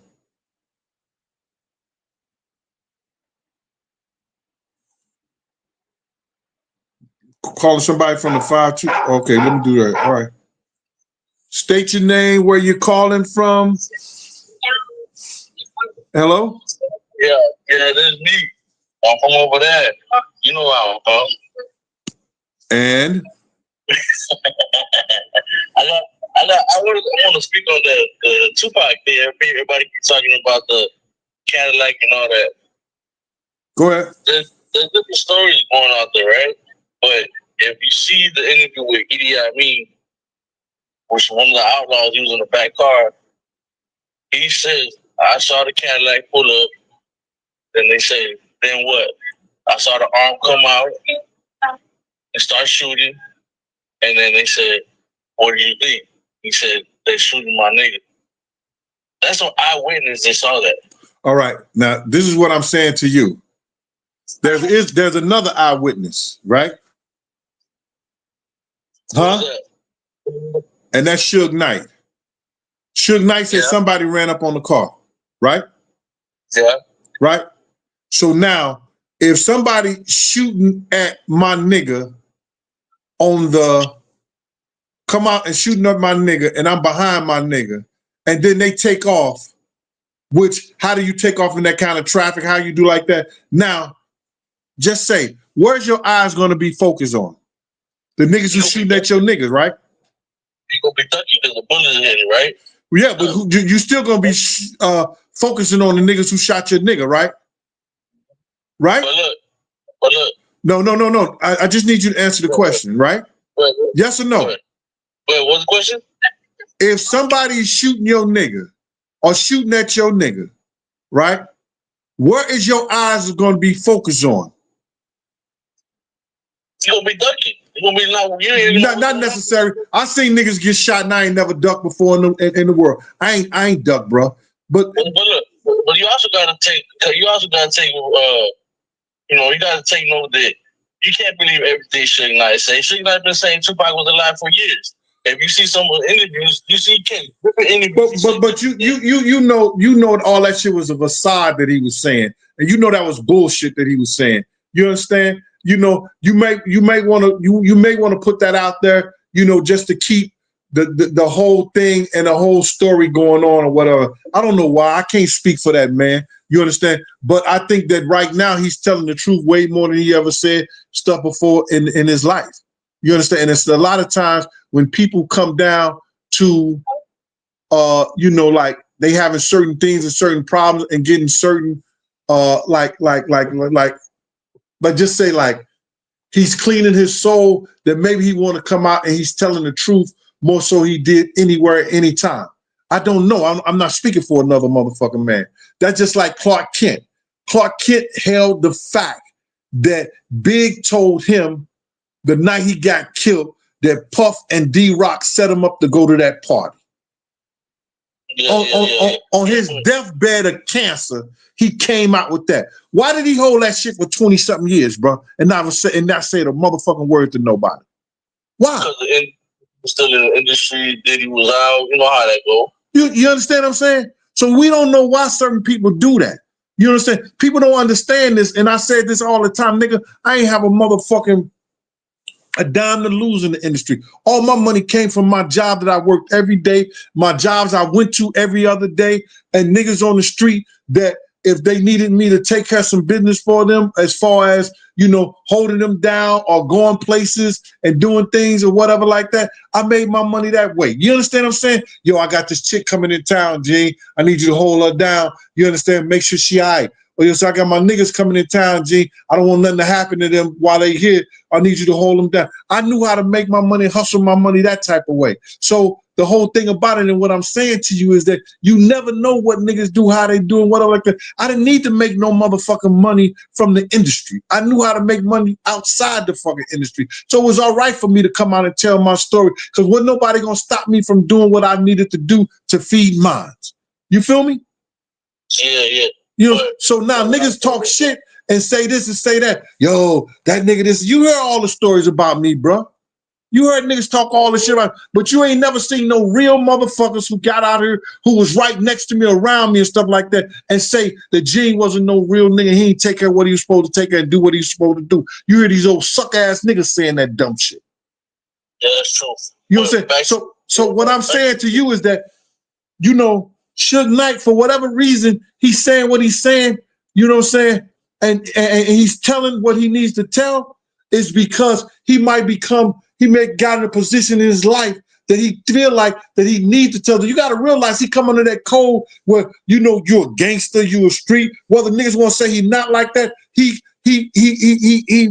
bought into that. Yeah, you understand? He just one of the people that he was a good kid. He got caught up. He was never no gang member.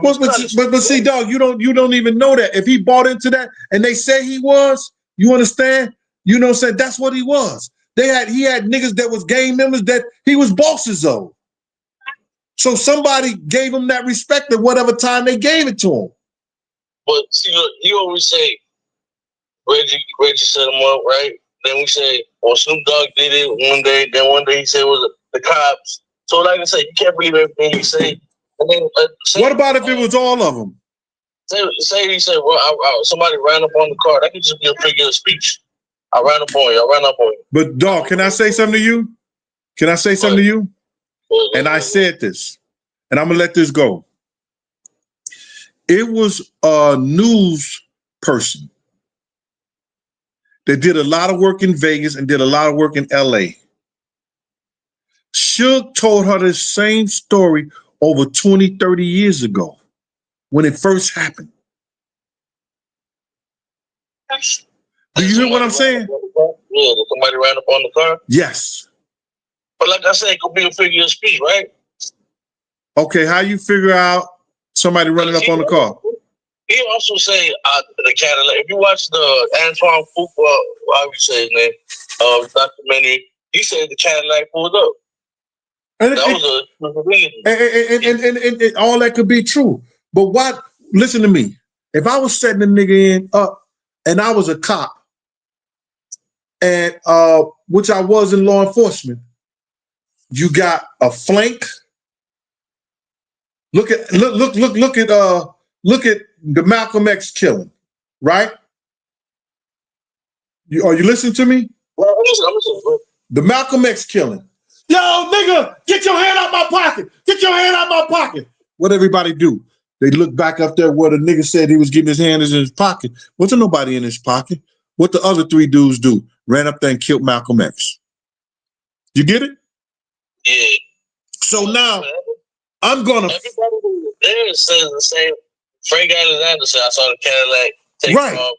So that's what it is. They flanked the shit out of motherfuckers and had them thinking something else was going down. Now something else went down. You understand what I'm saying? Can I ask you something? Go ahead. In the middle of the traffic, and if a Cadillac pulls up as a decoy, and you got a convoy of cars back there, it's not gonna happen. It's not gonna happen when I'm there. It's not gonna happen when I'm there. Let me finish. Go ahead. If you got all this going on, right? You got the cars happen. You got the cars, a convoy of cars, right? And you have the Cadillac pull up, and then you have the car that run the red light, right? The girls in the front, they talking to Tupac. However the story go, right? The car starts shooting. Whatever one starts shooting, you think one individual person is gonna walk up in the middle of all that? Ain't nobody gonna see that? Sir, what I'm saying to you is that You think that what I'm saying, it's a possibility, bro. It's a possibility. If because the people listen, well, just check this shit out. All right, now look at this part of it. Somebody that shot Tupac, right? What was Suge trying to get away from? What was Suge trying to get away from? He was ducking on the bullets. No, what was he trying to get away from? Did you see? What was he trying to? He jumped over a curve. And he jumped over like a curve thing, trying to get away from. Who was he trying to get away from? What was he trying to get away from? Probably panic. Okay, probably. Listen to me, right? man. I'm just going to leave you with this comment. If ands and buts with candies and nuts, Christmas will be every day. We don't know. We wasn't there. You know, we can only go by what people first said when they first seen it and what they said. We went by the people in the Cadillac. We went by what Suge said. We went by what my man said. You know what I'm saying? My man said somebody ran up on the car, and I consider him as a dude who used to get drunk and everything. I didn't pay that shit no attention because I didn't believe him. You understand? But he wasn't there at the incident, though, right? He was there. But he wasn't there when it happened, right? They turned the corner. They turned the corner and went the other way. When they all got back together, then that's the story he heard. That's the story he gave us. All right, brother? I'm not denying what you're saying. I'm not doubting what you're saying. Everybody got their own story. Then it's the truth, bro. You know, we may never know what the real truth is, but they know the truth, bro. Because let me just tell you something. Ain't shit you could do in Vegas that ain't recorded. You understand? And that type of night, that fight night, by satellite or camera, they don't want us to know the truth, bro. Point blank, and that's it. They didn't like Tupac. Nobody liked Tupac. You know, mainstream didn't like Tupac. Right. What he stood for. That's why they didn't want to solve it. All right, bro. Yo, thank you. I appreciate it. What's your name again, man? And where you from? One more question. Huh? One more question. You got one more question? Yeah, one more question. Nigga, what, this is an interview? If I'm signing you, I'm going to get a check? I got one question. I've been asking you a question for years. You never answered. You always hang over and yell at me. Go ahead, bro. You used to go and Fat Joe back in the day, right? Go ahead. What year was it? Like 02? Only detail I had with Fat Joe is when he was at the Rucker, and me and my man used to look out for him at the Rucker, and I was sent to do some stuff for him because he had a problem at a hotel one time. That was it. Go ahead. I was just wondering if you had an interaction with Cato. You know Cato is, huh? You talking about the dark skinned dude with the braids? Nah, Cato from Chicago. King Cato. No, I don't. I had no reaction. I don't know him.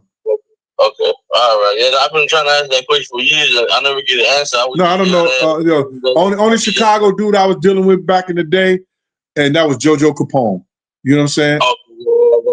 You know what I'm saying? But I've never had no dealings with anybody from situation with Joe. Joe had his own team and everything like that.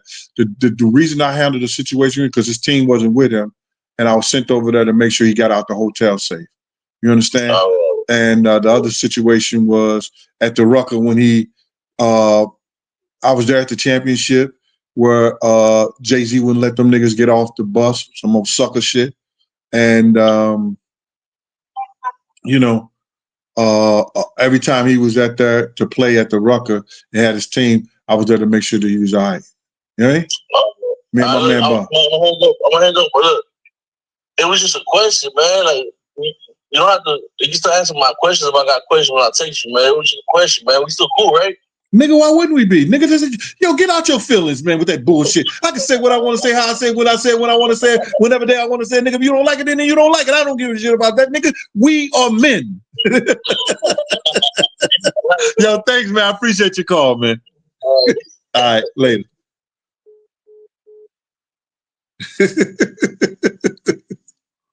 Yo, you gotta have fun with this shit, man. You gotta have fun with this. If you don't have fun with this, man, you know what I'm saying? It ain't worth doing it. You know what I mean? Yo, listen here, man.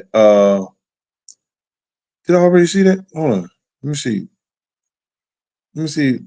I think I already seen it. If I've already spoke to this person, that was gonna be the last call, man. I gotta go to the gym. I got my stuff on. I'm finna go. Walk on, run. Hello? Hello? Hey, this is Gene. Did we already talk? No, we haven't talked. Well, turn down your TV so we can talk, because we hear all that stuff in the background. Okay. How Okay, I turned it off. you doing? How you doing? I'm right. Say your name and where you calling from. Okay, this is Reese from Chicago. Reese from Chicago. Yo, listen to me, Reese. I'm looking. Okay, this is Reese from I don't like Chicago motors. I'll tell you why later. Go ahead. Okay. Tell Reese from Chicago. Go ahead. Okay, I just wanted to call you, Gene Dean, to tell you that go back to the Brenda's Got a Baby story. Okay, thank you. Reese, My whole Reese, life, hold on. Nobody talk about that, so thank you. Reese, thank you. Thank you for going back while we here, Reese. That means so much to me, Reese. Thank you. You ain't turned down your TV, Reese. You all Reese lying. Yeah, she one of them, y'all. Thank you. Thank you, Jane, for covering the Brenda's Have a Baby story. Okay. I just want to say thank you, because in Chicago, when Pac was covering Brenda's Got a Baby, we was mourning in Chicago because of that story and some other stuff he covered. So this is stuff people don't know in the early 90s. 91. Yeah, 91. I'm just calling to tell you, knowing I don't want no credit for knowing nobody, but thank you for covering that story, because Pac covered. I want the chat to know I don't know nothing about Tupac being gay, and from Chicago. We want to send him a shout out as well, because he covered a lot of Black girls' stories in Chicago, and that Brenda's Got a Baby story. You are the only person I have ever heard talk about that story. And DJ Quick is the man, because they were shopping around for content for Pac. And when Pac heard about what the females was going through, he chose to support the women. But so I want to give you a salute for Brenda's Got a Baby. But you got to give it to his mama, Athene, too. Because what happened is that Pac was looking for content for his album to Apocalypse, right? Exactly. Athene read that article in the Post, then read it to Pac. Pac then read it himself and told the people that he's going to do a story about it. He's going to do a song about it. But his mama is the one who read the story first. Yeah. Okay. Yeah. Then told it to him. He read it and then did a story. Yes, he did. Did some music behind it. Yes, he did, and he also did. Pac did his own story. Now, like I said, from another story he heard about on the news. And that's one of his biggest songs today is about that girl. So that's what I'm saying in Chicago. For me to hear you cover that Brenda's Got a Baby story, we just sitting here like, oh my goodness, we have never heard anyone talk about that. All right. Because his content, like I said, one of his songs to him, he reached out to the girl, and one of his biggest songs is detailing that kid's life out. And it helped her with a lot of issues that she would have had if she wouldn't have heard like Brenda's Got a Baby and the song that was made specifically for her. So for those girls to hear those songs all on the radio in the 90s, it made them feel like they had a voice. And that's the greatness of it. But we got into that's all I wanted to call and let the chat know some great things that Chicago know about Pac. All right. Thank you. I appreciate that, Reese. All right. Okay. All right. Okay, hold on. I got to get this one. This is one of my moderators. Hey, Christio. Hey, Gene. How are you? I'm fine, Christio. I just wanted to comment on the story, the Brenda's Got a Baby story. Go ahead, Christio. You have the floor. Okay, thank you. So you heard how the story ended. A man was writing a book on Tupac, and I do think it was very interesting how he was adopted by a family that lives in Las Vegas, that young man that the story was about. But he wasn't, but Christy, I'll stop right there. They didn't live in Las Vegas at first. They lived in Brooklyn and moved to Las Vegas. Okay, so when the mother put the baby down the trash chute, this is during a time when trash chutes would crush you and kill you. It was a miracle that this baby survived. I said that, Christy O. Go ahead. You did. You did. But what I think is even more interesting is that he eventually met his mother. The mother said that she had been looking for her child. I said that, Christy O. I missed the beginning. I'm at work. Oh, hold on. Wait a minute. You gonna recant my story and you ain't even listened to what I said at first. Go ahead, Chrissy. I ain't gonna say nothing else. You got the floor.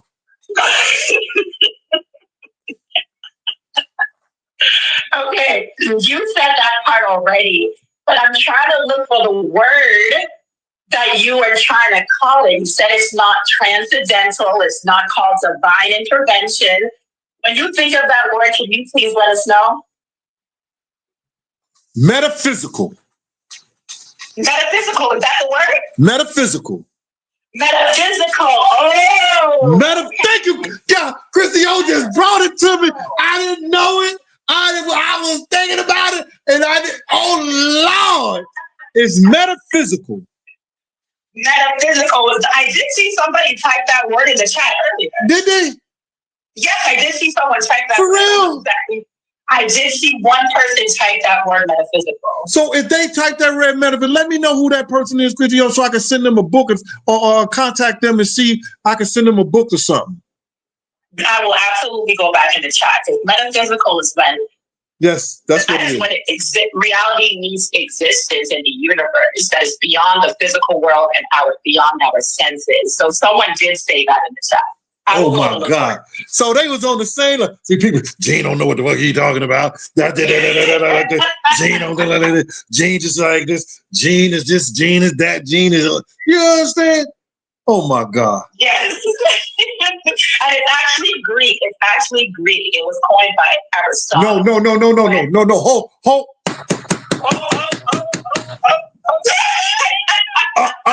No, you not. No, you not. No, you not, Christy. No, you not. Look, the term first of all, ancient editor of Aristotle's works. Hold up. Further. Aristotle. Okay. You right. Who else this other motherfucker? Socrates. Yes, that's correct. All right. Another Greek philosopher. Who else? Begins with a P. I forgot his name. Plato. Not Plato or something like this. Another one. All of them studied in Egypt, and they studied in Timbuktu. They learned from the Africans everything they know, and they took their situation and took it someplace else. I'm not gonna let you sit here and say that, Christy-O. You've been to my house. You understand? You understand? So you know better than most.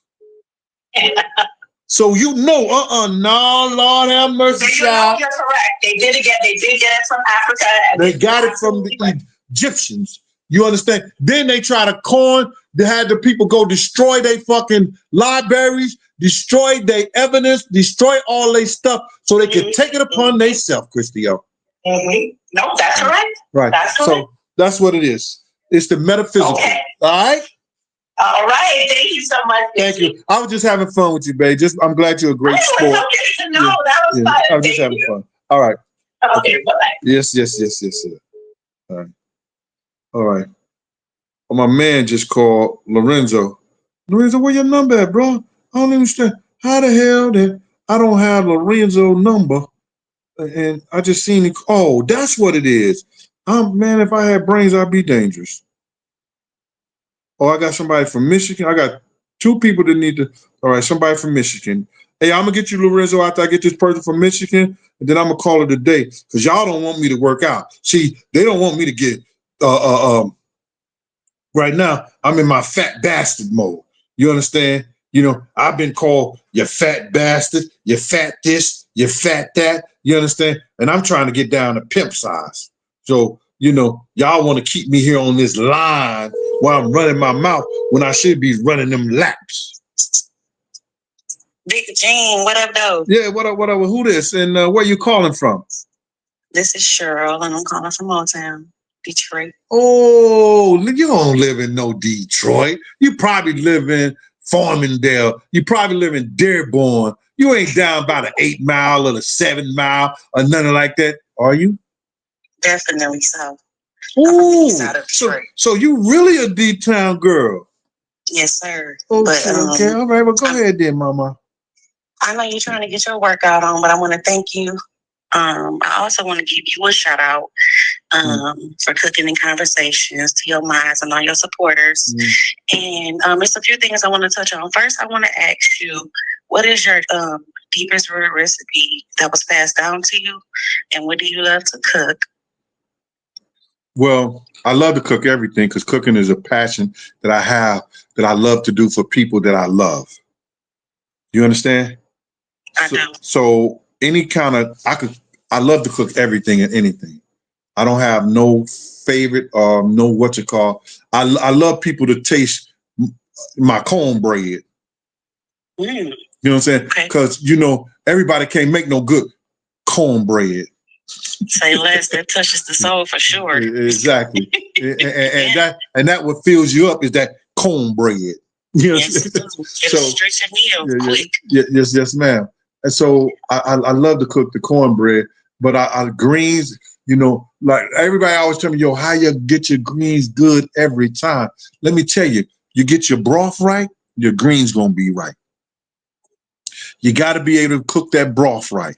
Make that broth right, your greens is gonna be right, y'all. You understand? So what do you use? Turkey and I use turkey. I use smoked turkey. I use bouillon. I use green peppers, real thin, red peppers. You understand? Onions, red onions, but I do it so thin you don't even know it's there because, you know, I like to slice them real thin. You understand? So it'll blend in. Thank you, Mama. You understand? All right. I use the garlic. I use the garlic powder, little paprika, little black pepper. You understand? And then I taste that juice. When that juice get right, you know what I'm saying? Then I put those greens in there. Okay. What about what is that onion pack? So what I do is with that, I don't put the onion, you know, like the Lipton onion soup mix. Yep. All right. So what I do is I just use the powder in there. I don't use the little strings in there. Okay. I just use the powder that's in the Lipton onion soup mix. You know what I'm saying? Strain it. Strain it and get that. I might take a strainer and dip it in the juice like that. You know what I'm saying? Okay. So to get all the juice out there, I don't like to use those little concentrated onion things in there because I want to keep everything natural. Okay. Okay. Okay, and I want to give a shout out to the legacy of Tupac for sure, and the Black Panthers and his mother. Okay. And I was looking up the meaning of the parallel dimension, and I heard you and the sister say, but what I had looked up became the Duat realm, and it's involving the underworld and the afterlife. And you had said something about her name was Athea, right?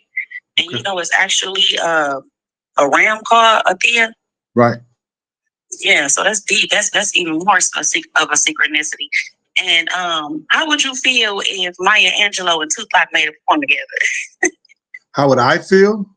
Yeah, how would you feel about that? Well, what would be your intake? My intake is that like I think that it would be the young meeting the old and bringing something together probably would have been a great thing that could happen. And nothing has ever been done like that before. You know, I've asked my daughter to do a book of poems with me because I write. You know what I'm saying? And you know, these Gen Z people are on something else. You know what I'm saying? And that would be my greatest accomplishment as a father. I believe that if I could sit down and write a book of poems and I give my version, she give her version, and we do something like that together, and then I do all the poems that I've done over the years and put it in a book with her. You know, I think that would be something that not only people would enjoy, it'll be something that I would see that's a great thing in my life. Huh? It'll shift the whole universe. Yeah. You know what I'm saying? That'll shift the whole universe. Because it's like we as men and as fathers, Black men, don't get the credit. Not saying that we're looking for credit, but they don't understand how hard we love our own. You know what I'm saying? And how hard you would go. Yep. Yeah, and how hard you go and how hard you love your own. So I think the world needs to know that also, you know, and that would be a good thing. Yeah, it's true. Because as much as y'all men love y'all daughters, y'all are still getting their tail 65, 85, 100 years old. Yeah. All right. That's love. And, you know, I just want to say one last thing before we leave. I just want to say shame to all the people that attempted to start a sexual assault claim against Tupac, knowing he was a security offender. That shame on him. Well, see, you know, a lot of people, you got to realize in this YouTube world that it's all about money. And they don't want to give good content. They don't want to study. They don't want to, a lot of people just want to have it whereas that you're going to click on it. You understand? You're going to click on it so they can get paid for it. They'll make up all kinds of shit and they don't believe it themselves. But they got to understand is that there is a spiritual realm that looks out for people that are spiritually bound, that are God-like people. And that when that shit hit them for the stuff that they put out there, when that shit coming and it's time to pay the piper, they're going to understand why.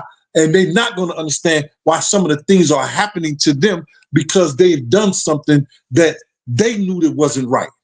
You feel me? Let the fuck out. And you already know that this is the year number 9, so this is judgment. Mm-hmm. This is the year of judgment. So, you know, what's understood don't need to be explained. Yes, ma'am. I appreciate your time, Big Gene. All right, well, keep doing what you're doing, man. I appreciate you. Okay. You know, being like you. Continue to love your daughters and supporters. Keep supporting Big Gene, y'all. All right, thank you. Appreciate you, Mom. All right, I got to get Lorenzo.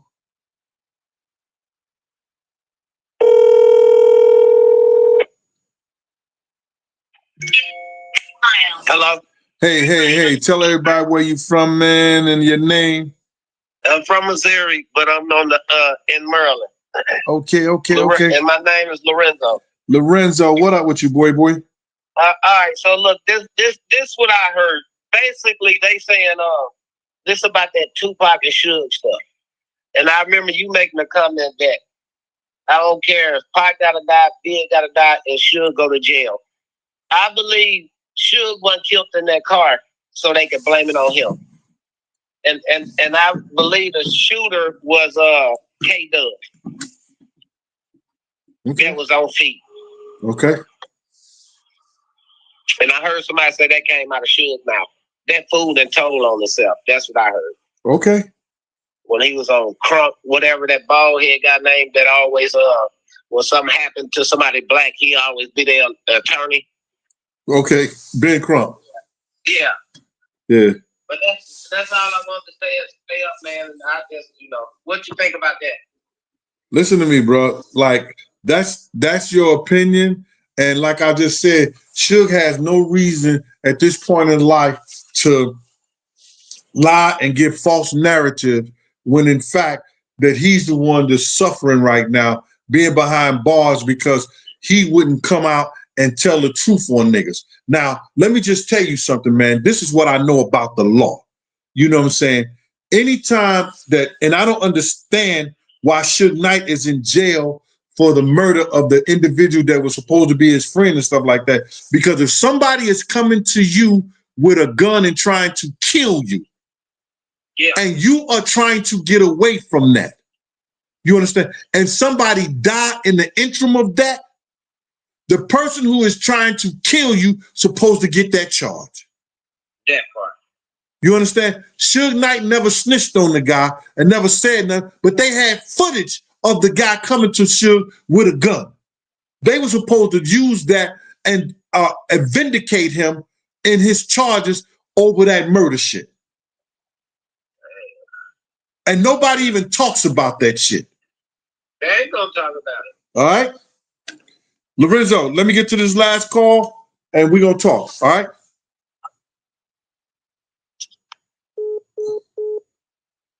Okay.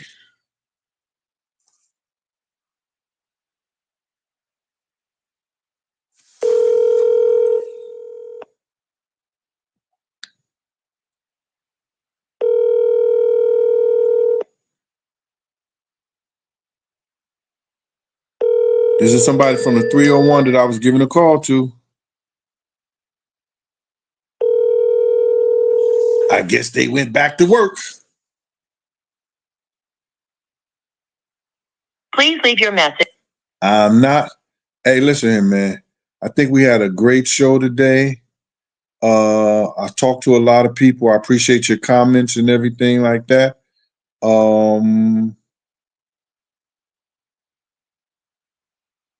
We learned a lot of stuff. We covered a lot of things. And this has been a Gene Deal show. And through this whole Gene Deal show, I got a new member, Mayor Mac, Mayor McDonald, Mayor Mac, Mayor McDonald, Mayor Mac, Mayor McDonald, Mayor Mac is a member, y'all. Hey, Mayor Mac, Mayor Mac, Mayor Mac, Mayor Mac, Mayor Mac McDonald is a member, y'all, to the Gene Deal show. Oh, and I am the Garner. I'm the Garner, a super sticker. Thank you, Mama. Reese No gave me a super sticker. Thank you, Reese No. I appreciate that. I don't get the support like all the other ones do, but let me see if I got the cash apps. I told y'all Miss Bessie capped after me. Ooh, Miss Bessie. Thank you, Mom. Appreciate you. For your cash app, who else I got a cash app from? Okay. I got a cash app from Miss Bessie. Who else? Oh, Miss Bessie is the only one that was thinking about me. Appreciate your cash app, Miss Bessie. Oh, and Tammy Betty. Tammy Betty. Thank you, Tammy. Appreciate you for yours. Oh, let me look at the other one because sometimes they always send it to the Gene Deal 52 where I get taxed at.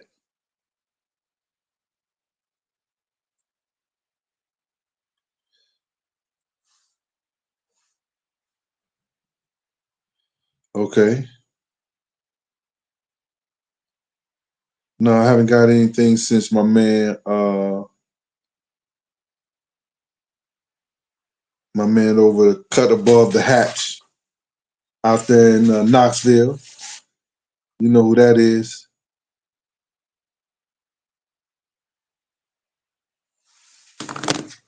So listen, y'all. Thank y'all. We gave a 2-hour show. I know, and we kept over 400 and some people, 500 some people in here at all times. So I appreciate y'all, man. I hope y'all enjoyed the content. I hope y'all, like the way Big Gene put it down.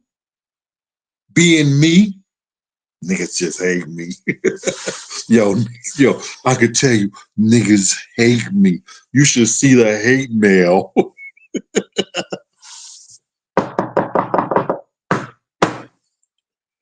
I love it. Because if they hating you, if they ain't hating you, like my people used to say, hating hoes ain't happy. Because happy hoes don't hate. Peace out. Y'all be good. Later.